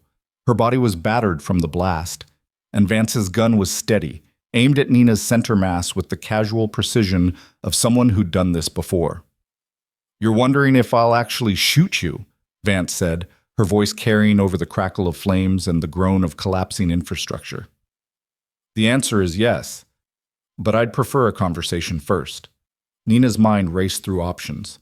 The distance between them was maybe 8 feet, too far to close before Vance could fire. No cover within diving range. Her body was exhausted, injured, operating on reserves that were nearly depleted, but she'd been in worse positions and survived. "Webb is dead because of you, sis," Nina said, buying time, looking for angles. 6 operators, Brennan, an entire medical team. How do you sleep at night?" "Quite well, actually," Vance gestured with the gun. "Hands where I can see them. Slow movements only." Nina raised her hands. "You won't get away with this. The SD card's contents have already been transmitted. Brennan sent them to his superiors before we left the hospital." Vance's smile didn't waver. "No, he didn't. I know because I was monitoring his communications. He was going to transmit them from this facility using secure equipment that's now buried under several tons of concrete. The only copy of that data is the physical card itself, which is currently in your pocket." Nina's blood ran cold. Vance was right. The SD card was still in her scrub pocket. She'd forgotten to give it to Brennan during the chaos of keeping Webb alive. "Smart girl," Vance said, reading her expression. "You're realizing the situation. That SD card is the only evidence linking me to anything inappropriate. Hand it over, and this ends cleanly. You disappear again, this time with my help. New identity, new life, enough money to never worry about working in a hospital again. And if I refuse? Then I shoot you, retrieve the card from your body, and claim you were a Russian asset who infiltrated the hospital to assassinate Lieutenant Webb. The bomb that destroyed this facility was part of your escape plan that went wrong. You'll be blamed for everything, the deaths of Webb's team, the attack on the hospital, Brennan's death. Your legend will be that of a traitor." Nina let the words settle. Vance had clearly planned this carefully, building a narrative that would explain everything while protecting herself. It was elegant, ruthless, and completely believable. "How long have you been selling secrets?" Nina asked. 7 years, since my promotion to deputy director." Vance shifted her stance slightly, compensating for the wind and rain. "You want to know why? I'm guessing you think it's about money or ideology or some other simple motivation. I don't care why traitors betray their country. It's not betrayal if the country betrayed you first." Vance's professional mask cracked slightly, revealing something harder underneath. "I spent 20 years in the field. I ran operations in places that don't exist on maps. I buried friends and colleagues and assets, all in service of policies created by politicians who've never seen combat, never made a hard decision, never sacrificed anything. So you decided to profit from their sacrifices instead. I decided to hedge my bets, to ensure that when this empire inevitably falls, I'll have somewhere safe to land." Vance's gun steadied. "Now, the SD card. Last chance." Nina's hand moved toward her pocket. Slowly, carefully, projecting compliance while her mind worked through the geometry of survival. Vance was watching her hands, her attention focused on the threat of a weapon, which meant she wasn't watching Nina's feet. Nina's fingers touched the pocket, found the SD card, started to withdraw it. Then she kicked backward, her heel connecting with a piece of debris behind her. The chunk of concrete flew up and forward, tumbling through the air toward Vance. Vance fired. The bullet hit the debris, fragmenting it into shrapnel. But the shot went high, missing Nina by inches. And in that half-second of distraction, Nina moved. She closed the 8-foot gap in 2 strides, her hand catching Vance's wrist and forcing the gun skyward. The second shot went into the storm clouds. Nina's other hand drove into Vance's solar plexus, a short, brutal strike that expelled air from her lungs. Vance was trained. She rolled with the strike, using Nina's momentum against her, and they both went down into the mud and debris. The gun skittered away. They grappled in the rain, two women who'd been taught to kill efficiently, silently, without hesitation. Vance got her hands around Nina's throat, squeezed. Nina's vision began to narrow. She drove her thumbs into the pressure points above Vance's collarbones. Vance's grip loosened. Nina twisted, breaking free, and scrambled for the dropped weapon. Her fingers closed around the grip. Vance's boot caught her in the ribs. Nina felt something crack. Pain exploded through her chest. She rolled away, came up in a crouch, the gun raised. Vance stood 5 feet away, hands empty, chest heaving. "You won't shoot me." "You're sure about that?" "You're not an assassin, Elena. You're a medic. Your training is to save lives, not take them." Nina's finger rested on the trigger. Her ribs screamed. Her vision swam. Every muscle in her body was on fire. And Vance was right. She'd spent her entire career saving lives, even lives that probably didn't deserve saving. But she'd also spent 6 years watching good people die because bad people were never held accountable. "You're wrong," Nina said quietly. "I'm whatever I need to be to survive." She fired. The shot took Vance in the thigh, deliberate, precise, disabling without killing. Vance screamed and went down, clutching the wound. Blood poured between her fingers. Nina walked over, keeping the gun trained on Vance's center mass. "You're going to live. You're going to face trial.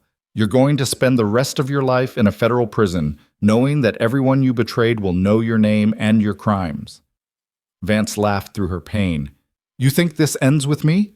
I'm one node in a network. You take me down, 3 more people step up to replace me. The corruption is systemic, Elena. One honest soldier with a gun won't change anything." "Maybe not, but it's a start." Nina pulled out the encrypted phone, miraculously still intact, and dialed a number she'd memorized but never used. It rang twice before someone answered. "This is Agent Marcus Reyes, FBI Counterintelligence. Who is this?" "My name is Elena Santos. I'm a former combat medic with classified clearance. I'm currently standing over Deputy Director Sarah Vance of the DIA, who I just shot in the leg to prevent her from killing me. She's responsible for the deaths of 6 Navy SEALs, the bombing of a medical facility, and 7 years of selling classified intelligence to foreign powers. I have physical evidence of her crimes. I need immediate extraction and protective custody." Silence on the line. Then, "Stay exactly where you are. Do not move. Do not let Vance out of your sight. We're coming to you." The call ended. Nina sat down in the mud, the gun still pointed at Vance, and waited. The FBI arrived in force, vehicles, agents, tactical teams. They secured the scene, stabilized Vance, and recovered Brennan's body from the rubble. Nina handed over the SD card to Agent Reyes personally, watching as he sealed it in evidence bags with the kind of care usually reserved for live explosives. "We'll need your statement," Reyes said. "Detailed accounting of everything that happened tonight. But first, I need to know if anyone survived the explosion. There was a patient, Lieutenant Marcus Webb. He was in surgery when the building came down." Reyes consulted with his team, then returned with information that made Nina's chest tighten. "We've recovered 4 bodies from the medical suite, all deceased." "I'm sorry." Nina closed her eyes. Webb had survived Yemen, survived an assassination attempt, survived surgery, and a cardiac arrest in a storm. And he'd died anyway, buried under concrete because Nina hadn't been fast enough, smart enough, ruthless enough to prevent it. "Mrs. Santos," Rhea's voice pulled her back. "We're going to need you to come with us. There's going to be a debriefing, medical evaluation, and protective custody until we can ensure your safety." "I understand." They drove her to a federal building she didn't recognize, took her through security protocols she barely registered, and deposited her in a windowless room with a table, 2 chairs, and a camera in the corner. She sat there for 2 hours, alone with her thoughts and her failures, before the door opened. The man who entered was in his 60s, silver-haired, with the posture of someone who'd spent a career in uniform. He wore a suit now, but the military bearing was unmistakable. "Miss Santos, I'm Deputy Attorney General Robert Thatcher. I oversee prosecution of national security cases." He sat down across from her, placing a tablet on the table between them. "I've spent the last 90 minutes reviewing the contents of the SD card you recovered. The evidence is substantial, damning, and involves individuals at the highest levels of our intelligence apparatus." Nina said nothing. Sarah Vance has already begun cooperating, Thatcher continued. She's naming names, providing account numbers, detailing operations that were compromised. In exchange for a reduced sentence, she's giving us everything, which means you're about to become a very important witness in cases that will dominate headlines for the next year. I don't want to be a witness. I want to disappear. I'm afraid that's no longer an option. Thatcher pulled up something on the tablet, then turned it so Nina could see. It showed a news broadcast, the headline reading, "Heroic Nurse Saves Navy SEAL, Exposes Intelligence Corruption." Nina's stomach dropped. No, that can't. How did the press get this? Dr. Sarah Chen. She gave an interview to a reporter from the Washington Post about 3 hours ago. Detailed account of your surgical skills, your combat background, your actions tonight. By tomorrow morning, your face will be on every news channel in the country. Nina felt the walls closing in. Her anonymity, her carefully constructed quiet life, her safety, all of it destroyed in a single interview. Chen had no right. Dr. Chen believed she was protecting you. She thought if the public knew the truth, it would be harder for anyone to make you disappear or silence you. Thatcher's expression softened slightly. She was probably right. Vance had a contingency plan to eliminate you if the evidence came to light. Public exposure makes that significantly more difficult. Nina's hands clenched on the table. Where do we go from here? That depends on you. You can testify, help us prosecute these cases, and potentially save lives by exposing the corruption that got Webb's team killed. Or you can refuse to cooperate, in which case you'll be subpoenaed, compelled to testify anyway, and lose any control over how your story is told. It wasn't really a choice. Nina understood power dynamics well enough to recognize when she was being maneuvered into a corner. I'll testify, she said. On one condition. What condition? I want full immunity for any actions I took tonight that might be considered outside legal authority.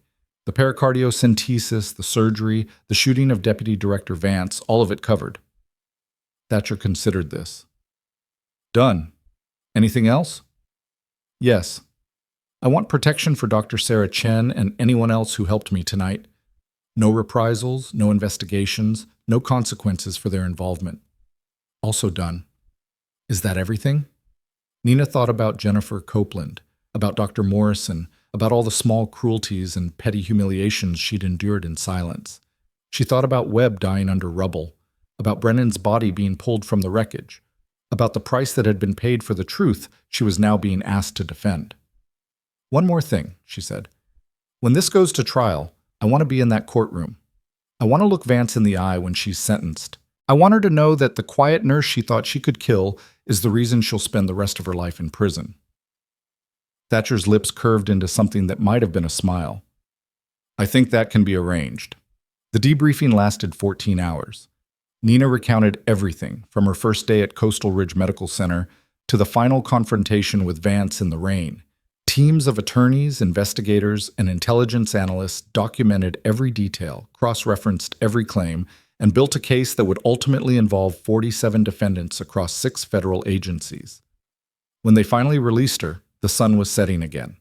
Nina had been awake for nearly 40 hours. Her body was a catalog of injuries, cracked ribs, facial contusions, lacerations, burns from the explosion. But she was alive, and she was free. A federal agent drove her back to Coastal Ridge Medical Center. The hospital looked different in the evening light. Less intimidating, more human. Yellow police tape cordoned off the loading dock where she'd been extracted. News vans clogged the parking lot, reporters doing stand-ups for cameras. Nina entered through a side entrance, avoiding the media circus. She took the elevator to the 3rd floor, to the ICU where this had all started. The nurse's station was quiet. The evening shift was handling routine tasks, checking monitors, administering medications. Nina approached the desk where Jennifer Copeland had once held court, where she'd been mocked and dismissed and treated like she was invisible. A young nurse looked up, Sandra, the one who'd laughed at Nina's silence. Her expression transformed when she recognized Nina's face. Ms. Reeves, Sandra fumbled for words. We didn't know. We had no idea who you were. You shouldn't have needed to know, Nina said quietly. You should have treated me with basic professional respect regardless of who I was. Sandra's face reddened. You're right. I'm sorry. We were terrible to you. Nina didn't respond to that. Where's Dr. Chen? Her office, third door on the left. Nina walked down the corridor, her footsteps echoing on linoleum she'd cleaned countless times. She knocked on Chen's office door. Come in. Chen looked exhausted, her eyes red-rimmed, her normally perfect hair disheveled. When she saw Nina, she stood so quickly, her chair rolled backward. Elena, God, I've been trying to reach you. Are you okay? I heard about the explosion, about Vance, about... Chen stopped, taking in Nina's appearance. You look terrible. I've had better days. Nina closed the door behind her. Why did you talk to the press? Chen's expression became defiant. Because someone needed to tell the truth. Jennifer was already spinning a narrative about you being a dangerous fraud, who assaulted hospital staff and performed illegal procedures. Morrison was threatening lawsuits. The hospital administration was preparing to throw you under the bus to protect themselves. I wasn't going to let that happen. You exposed my identity, my cover, everything I'd built to stay safe. I exposed the truth, Chen countered, that you're a decorated combat medic who saved lives under impossible conditions, that you performed surgery that I couldn't have performed alone, that you protected a patient at great personal risk. How is that wrong? Nina sat down in the guest chair, suddenly too tired to stand. Because now I can't hide anymore. Every enemy I made during my military service, every operation I was part of that resulted in dead hostiles, they all know I'm alive. They all know where to find me. Chen's anger softened into something that looked like understanding. I didn't think about that. I'm sorry. You should be. They sat in silence for a moment. Then Chen pulled up something on her computer and turned the monitor so Nina could see. It was an email from the hospital's board of directors. They want to offer you a position, Chen said. Director of Emergency Medicine, full authority over the department, complete autonomy in hiring and procedures, salary that's frankly obscene. They're terrified you're going to sue them for the hostile work environment, so they're trying to make amends. Nina read the email, then the attachment detailing the offer. It was everything she'd never wanted: visibility, responsibility, power. The opposite of the quiet anonymity she'd craved. What did you tell them? Nina asked. That I'd pass along the offer. The decision is yours. Nina closed her eyes. She thought about the nurses who'd mocked her, the doctors who'd dismissed her, the countless small humiliations she'd absorbed in silence. She thought about Webb dying under rubble, about Brennan's body being recovered, about the price of staying silent when corruption festered. I'm not taking the job, Nina said. What are you going to do? I don't know yet, but it won't be here. Chen nodded slowly. For what it's worth, I understand. This place treated you terribly. You don't owe us anything. No, Nina agreed. I don't. She stood to leave, but Chen's voice stopped her. Elena, can I call you Elena now, or do you prefer Nina? Elena, Nina Reeves is dead. She died when you talked to that reporter. Elena, then. What you did tonight, saving Webb, stopping Vance, exposing the corruption, that mattered. You changed things. You made a difference. Nina thought about Webb's last words. Publish it. All of it. No matter who it burns. I hope so, she said, because the cost was pretty high. She left Chen's office and walked back through the ICU. The nurses watched her pass with expressions that ranged from awe to guilt to resentment. She ignored them all. In the elevator, she caught her reflection in the polished metal doors. Her face was bruised, her eyes haunted, her posture that of someone who'd survived something that should have killed her. She looked like Elena Santos again, the combat medic who'd walked into war zones and walked back out, carrying the wounded, leaving the dead. The elevator descended. Nina watched the floor numbers tick down, counting the distance between who she'd been and who she was becoming. The doors opened on the ground floor. The lobby was crowded with reporters who'd somehow gotten past security. They surged forward when they saw her, cameras flashing, questions overlapping into incomprehensible noise. Ms. Santos, is it true you were declared dead 6 years ago? Can you comment on the charges against Deputy Director Vance? How many lives did you save during your military service? What happened to Lieutenant Webb? Nina kept walking, her expression neutral, her pace steady. Federal agents materialized from the crowd, forming a protective barrier around her. They escorted her to a waiting vehicle, not an ambulance this time, but an unmarked SUV with bulletproof glass and diplomatic plates. Agent Reyes sat in the front passenger seat. We're taking you to a safe house. You'll stay there until the threat assessment is complete and we can ensure your security. How long will that take? As long as necessary. The SUV pulled away from the hospital. Nina watched it recede in the side mirror, the building where she'd tried to hide, where she'd failed to stay invisible, where everything had come apart. Her phone buzzed. An unknown number. She almost ignored it, but something made her answer. Hello? Static. Breathing. Then a voice she recognized despite the degradation from what sounded like a satellite connection. Santos. Nina's heart stopped. Webb? Yeah. His voice was weak, distorted by pain and distance. I'm alive. Barely. How? The explosion. The surgical suite had a panic room, reinforced walls, independent air supply. The medical team got me inside before the blast. We were buried for 6 hours before a recovery team reached us. Nina felt something break loose in her chest, relief so profound it was painful. Where are you now? Bethesda, under guard. They're saying I need another surgery to repair the damage from when I fell out of the wheelchair. You didn't fall. You attacked an armed hostile and saved my life. A weak laugh. Yeah, well, try putting that in a medical chart. Webb, the SD card, everything on it is being used to prosecute Vance and the others. You did it. Your team's deaths won't be for nothing. Silence on the line. When Webb spoke again, his voice was thick with emotion. Nash would be proud. They all would. They should be. You finished the mission. We finished it. You kept me alive long enough to get that evidence stateside. Without you, I'm just another dead operator and Vance walks free. Nina looked out the window at the passing city. I need to go. Federal protection, safe house, the whole program. I know, they briefed me. Santos, Elena, when this is over, when the trials are done and the dust settles, look me up. I owe you a drink. Or a dozen. I'll hold you to that. The call ended. Nina sat back in the seat, her body finally allowing itself to acknowledge the full extent of its exhaustion and pain. But beneath the pain was something else. Satisfaction. Purpose.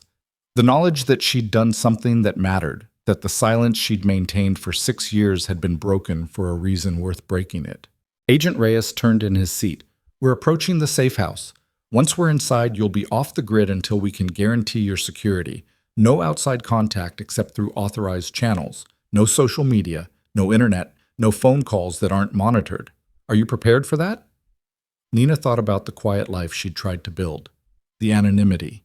The safety of being nobody, in particular. Then she thought about Webb's voice, alive against all odds. About Vance in custody, her network being dismantled. About justice, finally, for the 6 operators who'd died in Yemen. I'm prepared, Nina said. The SUV pulled into an underground garage. The door closed behind them, sealing Nina into a new kind of invisibility. Not the invisibility of being ignored, but the invisibility of being protected, of being a weapon pointed at corruption, a witness who would bring down an empire of lies. She stepped out of the vehicle and followed Agent Reyes into the safe house. The door closed behind her with a finality that sounded like the end of one chapter and the beginning of another. Somewhere in a federal holding facility, Sarah Vance was realizing that the quiet nurse she'd tried to kill had become the most dangerous person she'd ever underestimated. And in courtrooms across the country, prosecutors were preparing cases that would span years, that would expose corruption at the highest levels, that would be built on the foundation of one woman's refusal to stay silent when silence meant complicity. But Nina wouldn't see any of that tonight. Tonight she would sleep in a bed with clean sheets, in a room with locked doors, in a building protected by people whose job was to keep her alive long enough to testify. She lay down, her body finally surrendering to the exhaustion that had been accumulating for 40 hours. Her last thought before sleep claimed her was of Webb's voice on the phone, alive and defiant. The mission was complete. But somewhere in the darkness beyond the safe house walls, someone was reading the news reports, seeing Nina's face, recognizing the woman who'd destroyed their carefully constructed network of corruption, and they were making plans to ensure she never made it to trial. The attempt came on the fourth night. Nina woke to silence, the wrong kind of silence, the absence of ambient noise that meant the safe house's security systems had been disabled. Her eyes opened in the darkness, her body already moving before conscious thought caught up. She rolled off the bed as the window exploded inward, glass shredding the pillow where her head had been seconds before. She hit the floor and kept moving, her hand finding the panic button mounted beneath the nightstand. She pressed it 3 times, the code for hostile breach. Then she grabbed the tactical knife Agent Reyes had left her, the only weapon she was authorized to possess, and positioned herself behind the door. Footsteps in the hallway. Multiple hostiles moving with professional silence. Nina controlled her breathing, counting positions by sound alone. 2 outside her room, at least 1 more downstairs. The federal agents assigned to her protection should have responded by now, should have flooded the hallway with weapons and demands for surrender. Their silence told Nina everything she needed to know. They were dead or incapacitated. She was alone. The door handle turned slowly. Nina waited, muscles coiled, the knife held in a reverse grip that would drive upward into the rib cage or across the throat. The door swung open. A figure entered, weapon raised, thermal optics visible on his rifle scope. Nina moved. Her knife hand drove toward his throat. The hostile blocked, countered, his superior strength forcing her back. But strength wasn't everything. Nina used his momentum against him, redirecting him into the doorframe with a hip throw that sent his rifle clattering to the floor. The second hostile was already entering. Nina grabbed the fallen rifle, brought it up, and fired 3 rounds center mass. The suppressed weapon made soft coughing sounds. The hostile went down. The first hostile recovered, reaching for a sidearm. Nina shot him twice. Then she was moving again, clearing the hallway, descending the stairs with the rifle at her shoulder. The downstairs was a war zone. 2 federal agents lay motionless near the kitchen. A third was slumped against the wall, still breathing but unconscious. Nina checked for other hostiles, found none, and immediately went to the wounded agent. His pulse was weak. Gunshot wound to the abdomen, bleeding heavily. Nina applied pressure with one hand while reaching for her phone with the other. Agent Reyes answered on the first ring. "Santos, we're tracking your panic signal. Backup is en route. 2 hostiles down, at least 3 agents wounded or dead. I need immediate medical evacuation and a full tactical response team. The safe house is compromised." "Copy.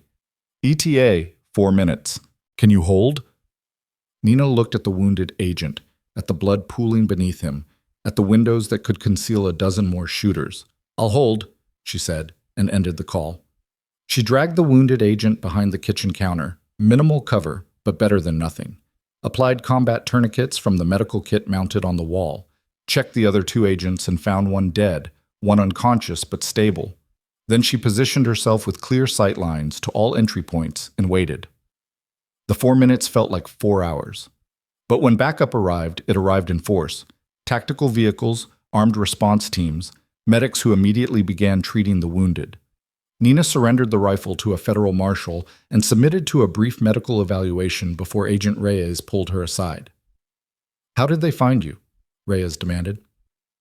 "This location was classified. Only 6 people knew you were here. 7, counting me, which means one of the other 6 is compromised." Reyes's expression darkened. "We have a leak. Again. Not just a leak, an active threat." Nina gestured to the bodies being removed from the safe house. "This was a professional hit. Military-grade weapons, thermal optics, coordinated assault. Whoever sent them has resources. Vance is in federal custody. She can't. Vance was one node in a network. I told you that." Nina's patience was fraying. "The SD card contained evidence against 47 defendants. You've arrested maybe a dozen. The others are still operational, still dangerous, and apparently willing to kill federal witnesses to protect themselves." Reyes pulled out his phone, made several calls in rapid succession, then turned back to Nina with grim determination. "New plan. We're moving you to a military facility. Quantico. Full Marine Corps security. Nobody gets in or out without multiple layers of clearance." "When?" "Now. Grab what you need. We're leaving in 5 minutes. Nina had nothing to grab. Everything she owned, what little remained after 6 years of running, was either buried in her old apartment or irrelevant to her current existence. She walked out of the safe house wearing borrowed clothes, carrying a phone that wasn't hers, and stepped into a future she hadn't chosen but couldn't avoid. The facility at Quantico was a fortress. Nina was housed in a secure barracks, guarded by Marines who rotated shifts every 4 hours, monitored by cameras that covered every angle. She was safe, protected, and completely isolated from the outside world. Days blurred into weeks. Nina spent her time being debriefed by prosecutors, reviewing evidence, preparing testimony for trials that seemed to multiply like cancer cells. Each deposition revealed new connections, new defendants, new layers of corruption that extended deeper than anyone had initially suspected. 3 weeks into her protective custody, Agent Reyes arrived with news. "We've identified the leak," he said, closing the door to the conference room where Nina had been reviewing documents. It was in the U.S. Marshal Service, a deputy marshal who had access to witness protection locations. How many people did he compromise? Just you, as far as we can tell. He was paid $200,000 to provide your location to a contractor working for one of the defendants. Which defendant? Reyes pulled up a file on his tablet. Admiral Thomas Kessler, former head of Naval Intelligence. He's one of the names on the SD card. Turns out he's been running his own private intelligence operation for the past decade, selling classified information to foreign governments and using the profits to fund black operations that were never authorized by Congress. Nina recognized the name. Kessler had been a legend in the intelligence community, a man whose career spanned multiple administrations, who'd been present at every major geopolitical crisis of the past 20 years. How much did he know? Nina asked. Everything. He had access to the same information Vance had, plus his own networks.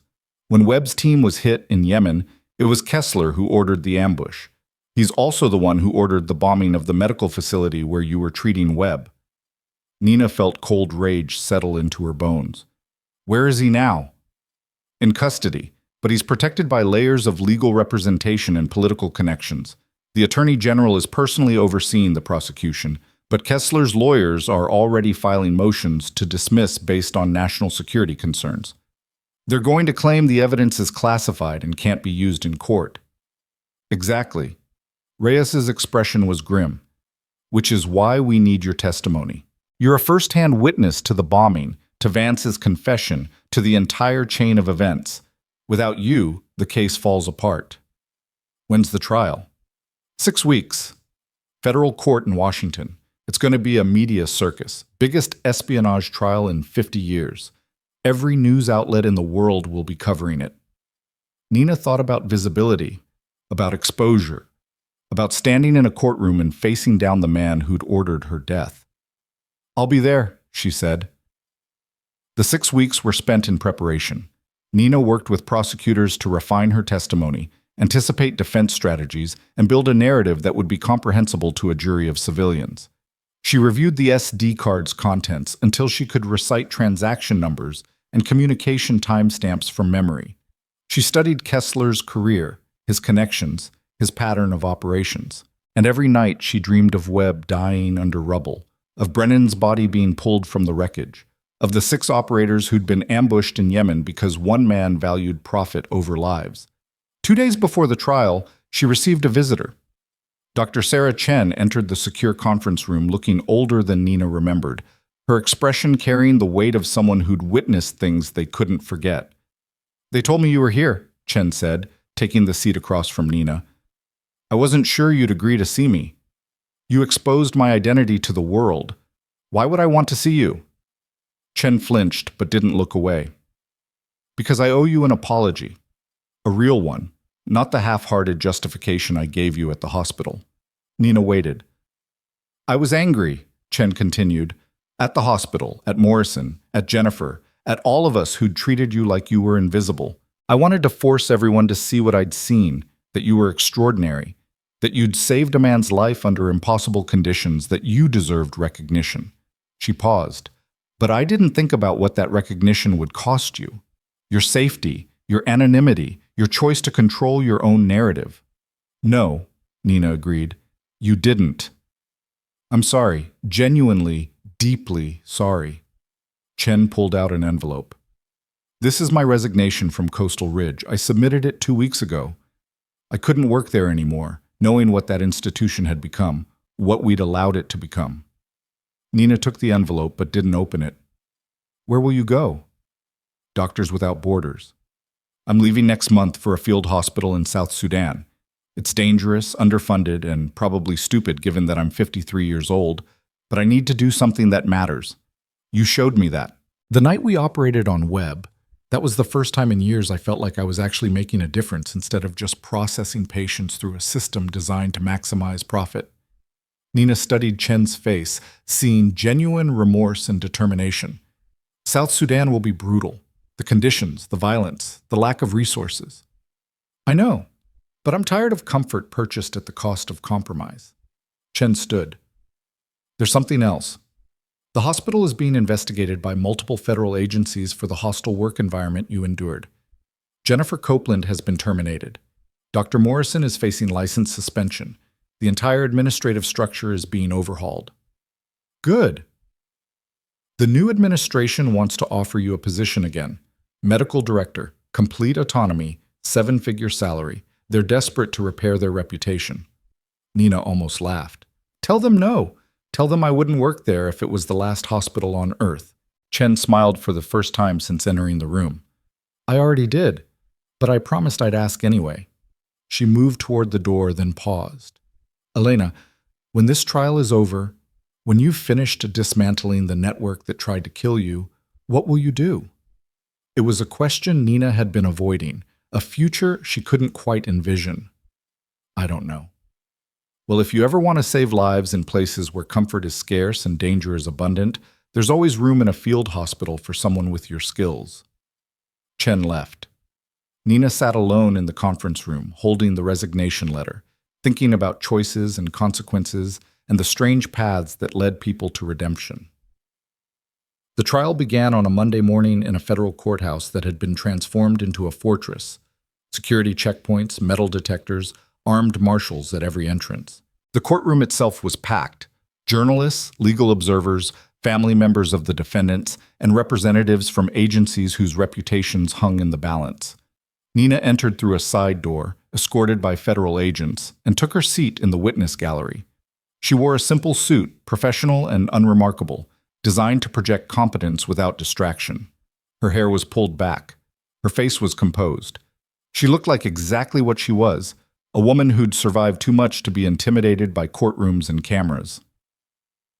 Admiral Thomas Kessler sat at the defense table, flanked by 4 attorneys whose combined hourly rates could fund a small country. He was 73, silver-haired, and distinguished, wearing his naval dress uniform despite having been stripped of rank upon indictment. He looked like a patriot, a statesman, a man who'd devoted his life to national service. Nina knew better.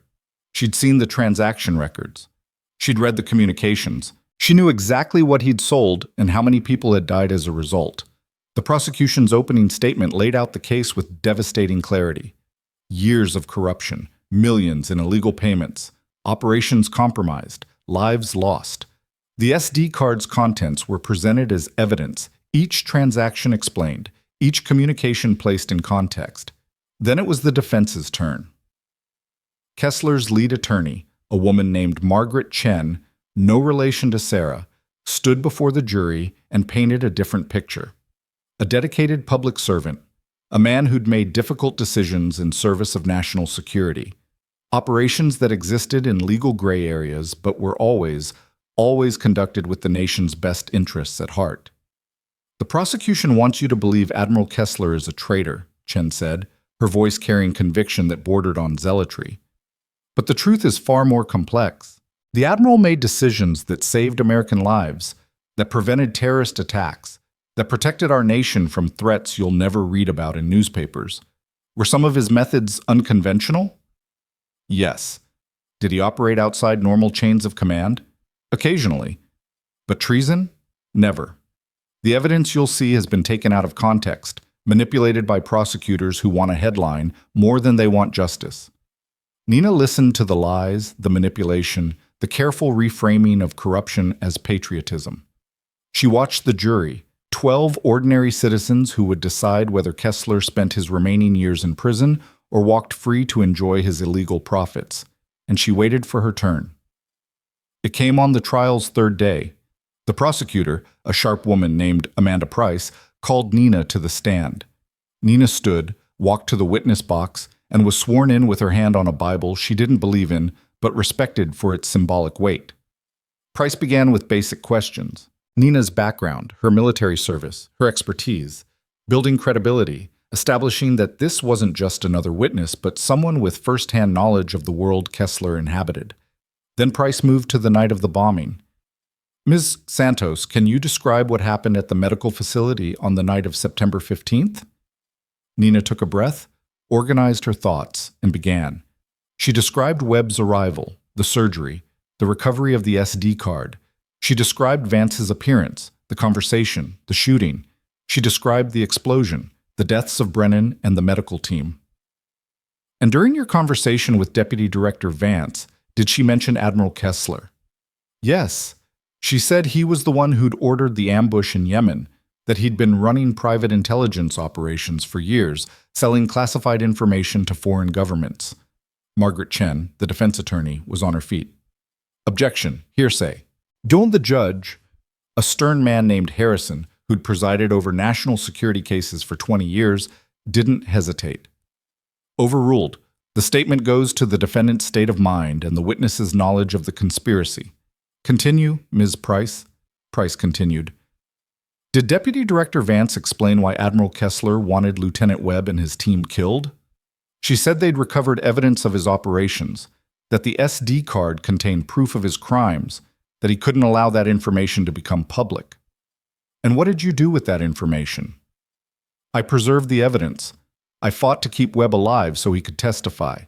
And when Vance tried to kill me to retrieve the SD card, I defended myself and ensured the evidence reached federal authorities. Price pulled up photographs on the courtroom's display screens. Images of the destroyed medical facility, bodies being recovered from rubble, the burned-out shell of what had been a functioning surgical suite. Ms. Santos, in your professional opinion, how many people died in the bombing ordered by Admiral Kessler? Nina looked at the photographs, at faces she'd known for less than a day, but would remember forever. 6.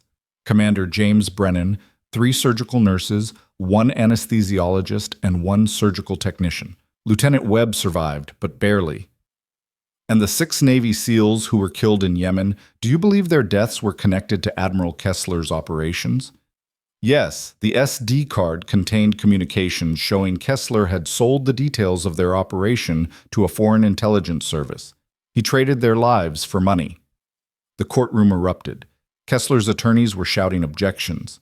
Journalists were typing frantically. The judge was hammering his gavel, demanding order. When silence finally returned, it was Margaret Chen's turn for cross-examination. She approached the witness stand with the confidence of someone who believed she could dismantle Nina's testimony through pure force of will. Ms. Santos, or is it Ms. Reeves? You've used multiple identities, haven't you? I was placed in a protection program after testifying against— Just answer yes or no, please. You've used multiple identities? Yes. And you're a trained combat operative, correct? Someone who's been taught to kill efficiently and without hesitation? I'm a combat medic. My training was focused on saving lives. But you killed 2 men the night you claimed to have been attacked at the safe house, didn't you? I defended myself against armed hostiles who were trying to murder a federal witness. Chen smiled, sensing an opening. And you shot Deputy Director Vance in the leg during your confrontation with her, correct? Yes. So you're comfortable using lethal force when you deem it necessary? Nina met her eyes. I'm comfortable staying alive. You also performed an unauthorized surgery on Lieutenant Webb, a procedure you had no legal authority to conduct. Isn't that true? I performed a life-saving procedure under emergency conditions with a physician supervising. But you're not a licensed surgeon, are you? No, I'm a combat medic with 10 years of field experience in trauma care.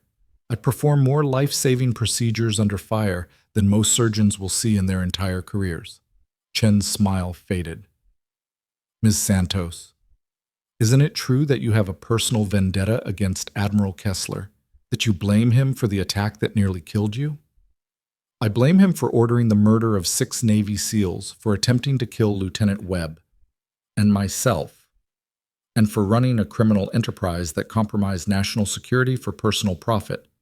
That's not a vendetta. That's fact. Facts that you learned from a conversation with a woman you then shot. A woman who was trying to stop you from stealing classified materials. Nina's composure didn't crack. Deputy Director Vance was trying to kill me to prevent evidence of her crimes from reaching authorities. I stopped her, preserved the evidence, and ensured it was properly transmitted to the FBI. Everything I did was in service of justice. Justice as you define it. Justice as the law defines it, which is why we're sitting in this courtroom. The exchange continued for another hour. Chen probed for weaknesses, inconsistencies, anything that could be used to discredit Nina's testimony. But Nina had lived through interrogations conducted by people far more skilled than Margaret Chen. She'd been trained to resist, to maintain composure, to protect information under conditions that would break most people. A lawyer in an expensive suit asking pointed questions was nothing compared to what she'd survived. When Chen finally sat down, Nina could see the frustration in her eyes. The cross-examination had accomplished nothing except reinforcing Nina's credibility. Price stood for redirect. Ms. Santos, one final question. Why are you testifying today? You could have refused, taken immunity, and disappeared. Why put yourself through this? Nina looked at the jury, at the 12 faces that would decide Kessler's fate. Because 6 men died in Yemen, protecting evidence that could hold powerful people accountable. Because Commander Brennan and a medical team died trying to protect me and that evidence. Because silence in the face of corruption makes you complicit. And because I spent 6 years hiding from the truth, and I'm done hiding. She was dismissed. As she walked past the defense table, Kessler's eyes followed her. She met his gaze directly, letting him see that she wasn't afraid, wasn't intimidated, wasn't going to be silenced. He looked away first. The trial continued for 3 more weeks. Dozens of witnesses testified. Hundreds of documents were entered into evidence. The SD card's contents were examined by experts who verified their authenticity and explained their significance. And through it all, Nina sat in the gallery, watching justice grind forward with agonizing slowness. The verdict came on a Friday afternoon. The jury had deliberated for 6 days, a sign that at least some members had been reluctant to convict a man with Kessler's reputation and service record. But the evidence was overwhelming. The communications were clear, the financial transactions were documented, and Nina's testimony had put a human face on the consequences of Kessler's crimes. The foreman stood. On the charge of espionage, we find the defendant guilty. On the charge of conspiracy to commit murder, we find the defendant guilty. On the charge of accepting bribes from foreign governments, we find the defendant guilty. Guilty, guilty, guilty.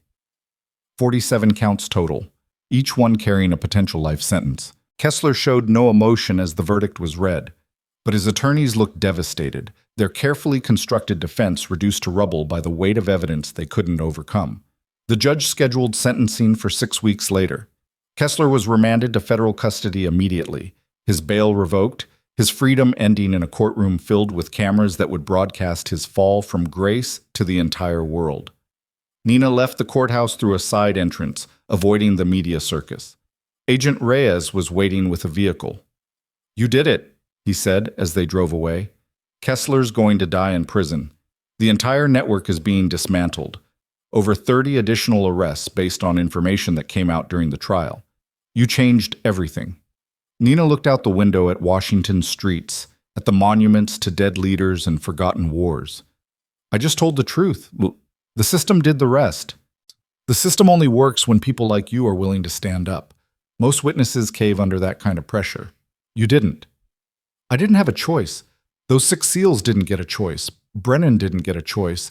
The least I could do was speak for them."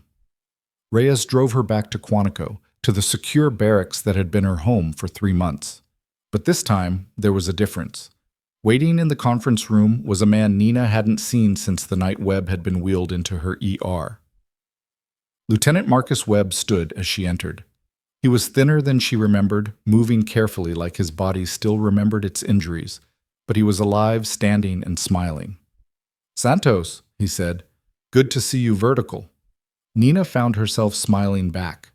"You too, Lieutenant. Last time I saw you, you were coding in the back of an SUV. Yeah, that's not an experience I'm eager to repeat." Webb gestured to the chairs. "Got time to talk?" They sat. Reyes excused himself, leaving them alone. "I watched your testimony," Webb said. "Took everything I had not to be in that courtroom, but my doctors were pretty insistent about me avoiding stress. How are you recovering?" 3 surgeries, 4 months of physical therapy, and I'm cleared for limited duty, which means I get to sit at a desk and train junior operators instead of deploying. But I'm alive, which is better than the alternative. Your team, I know. Nash, Peterson, Kowalski, Martinez, Chen, Williams. I carry their names every day." Webb's expression was heavy with grief.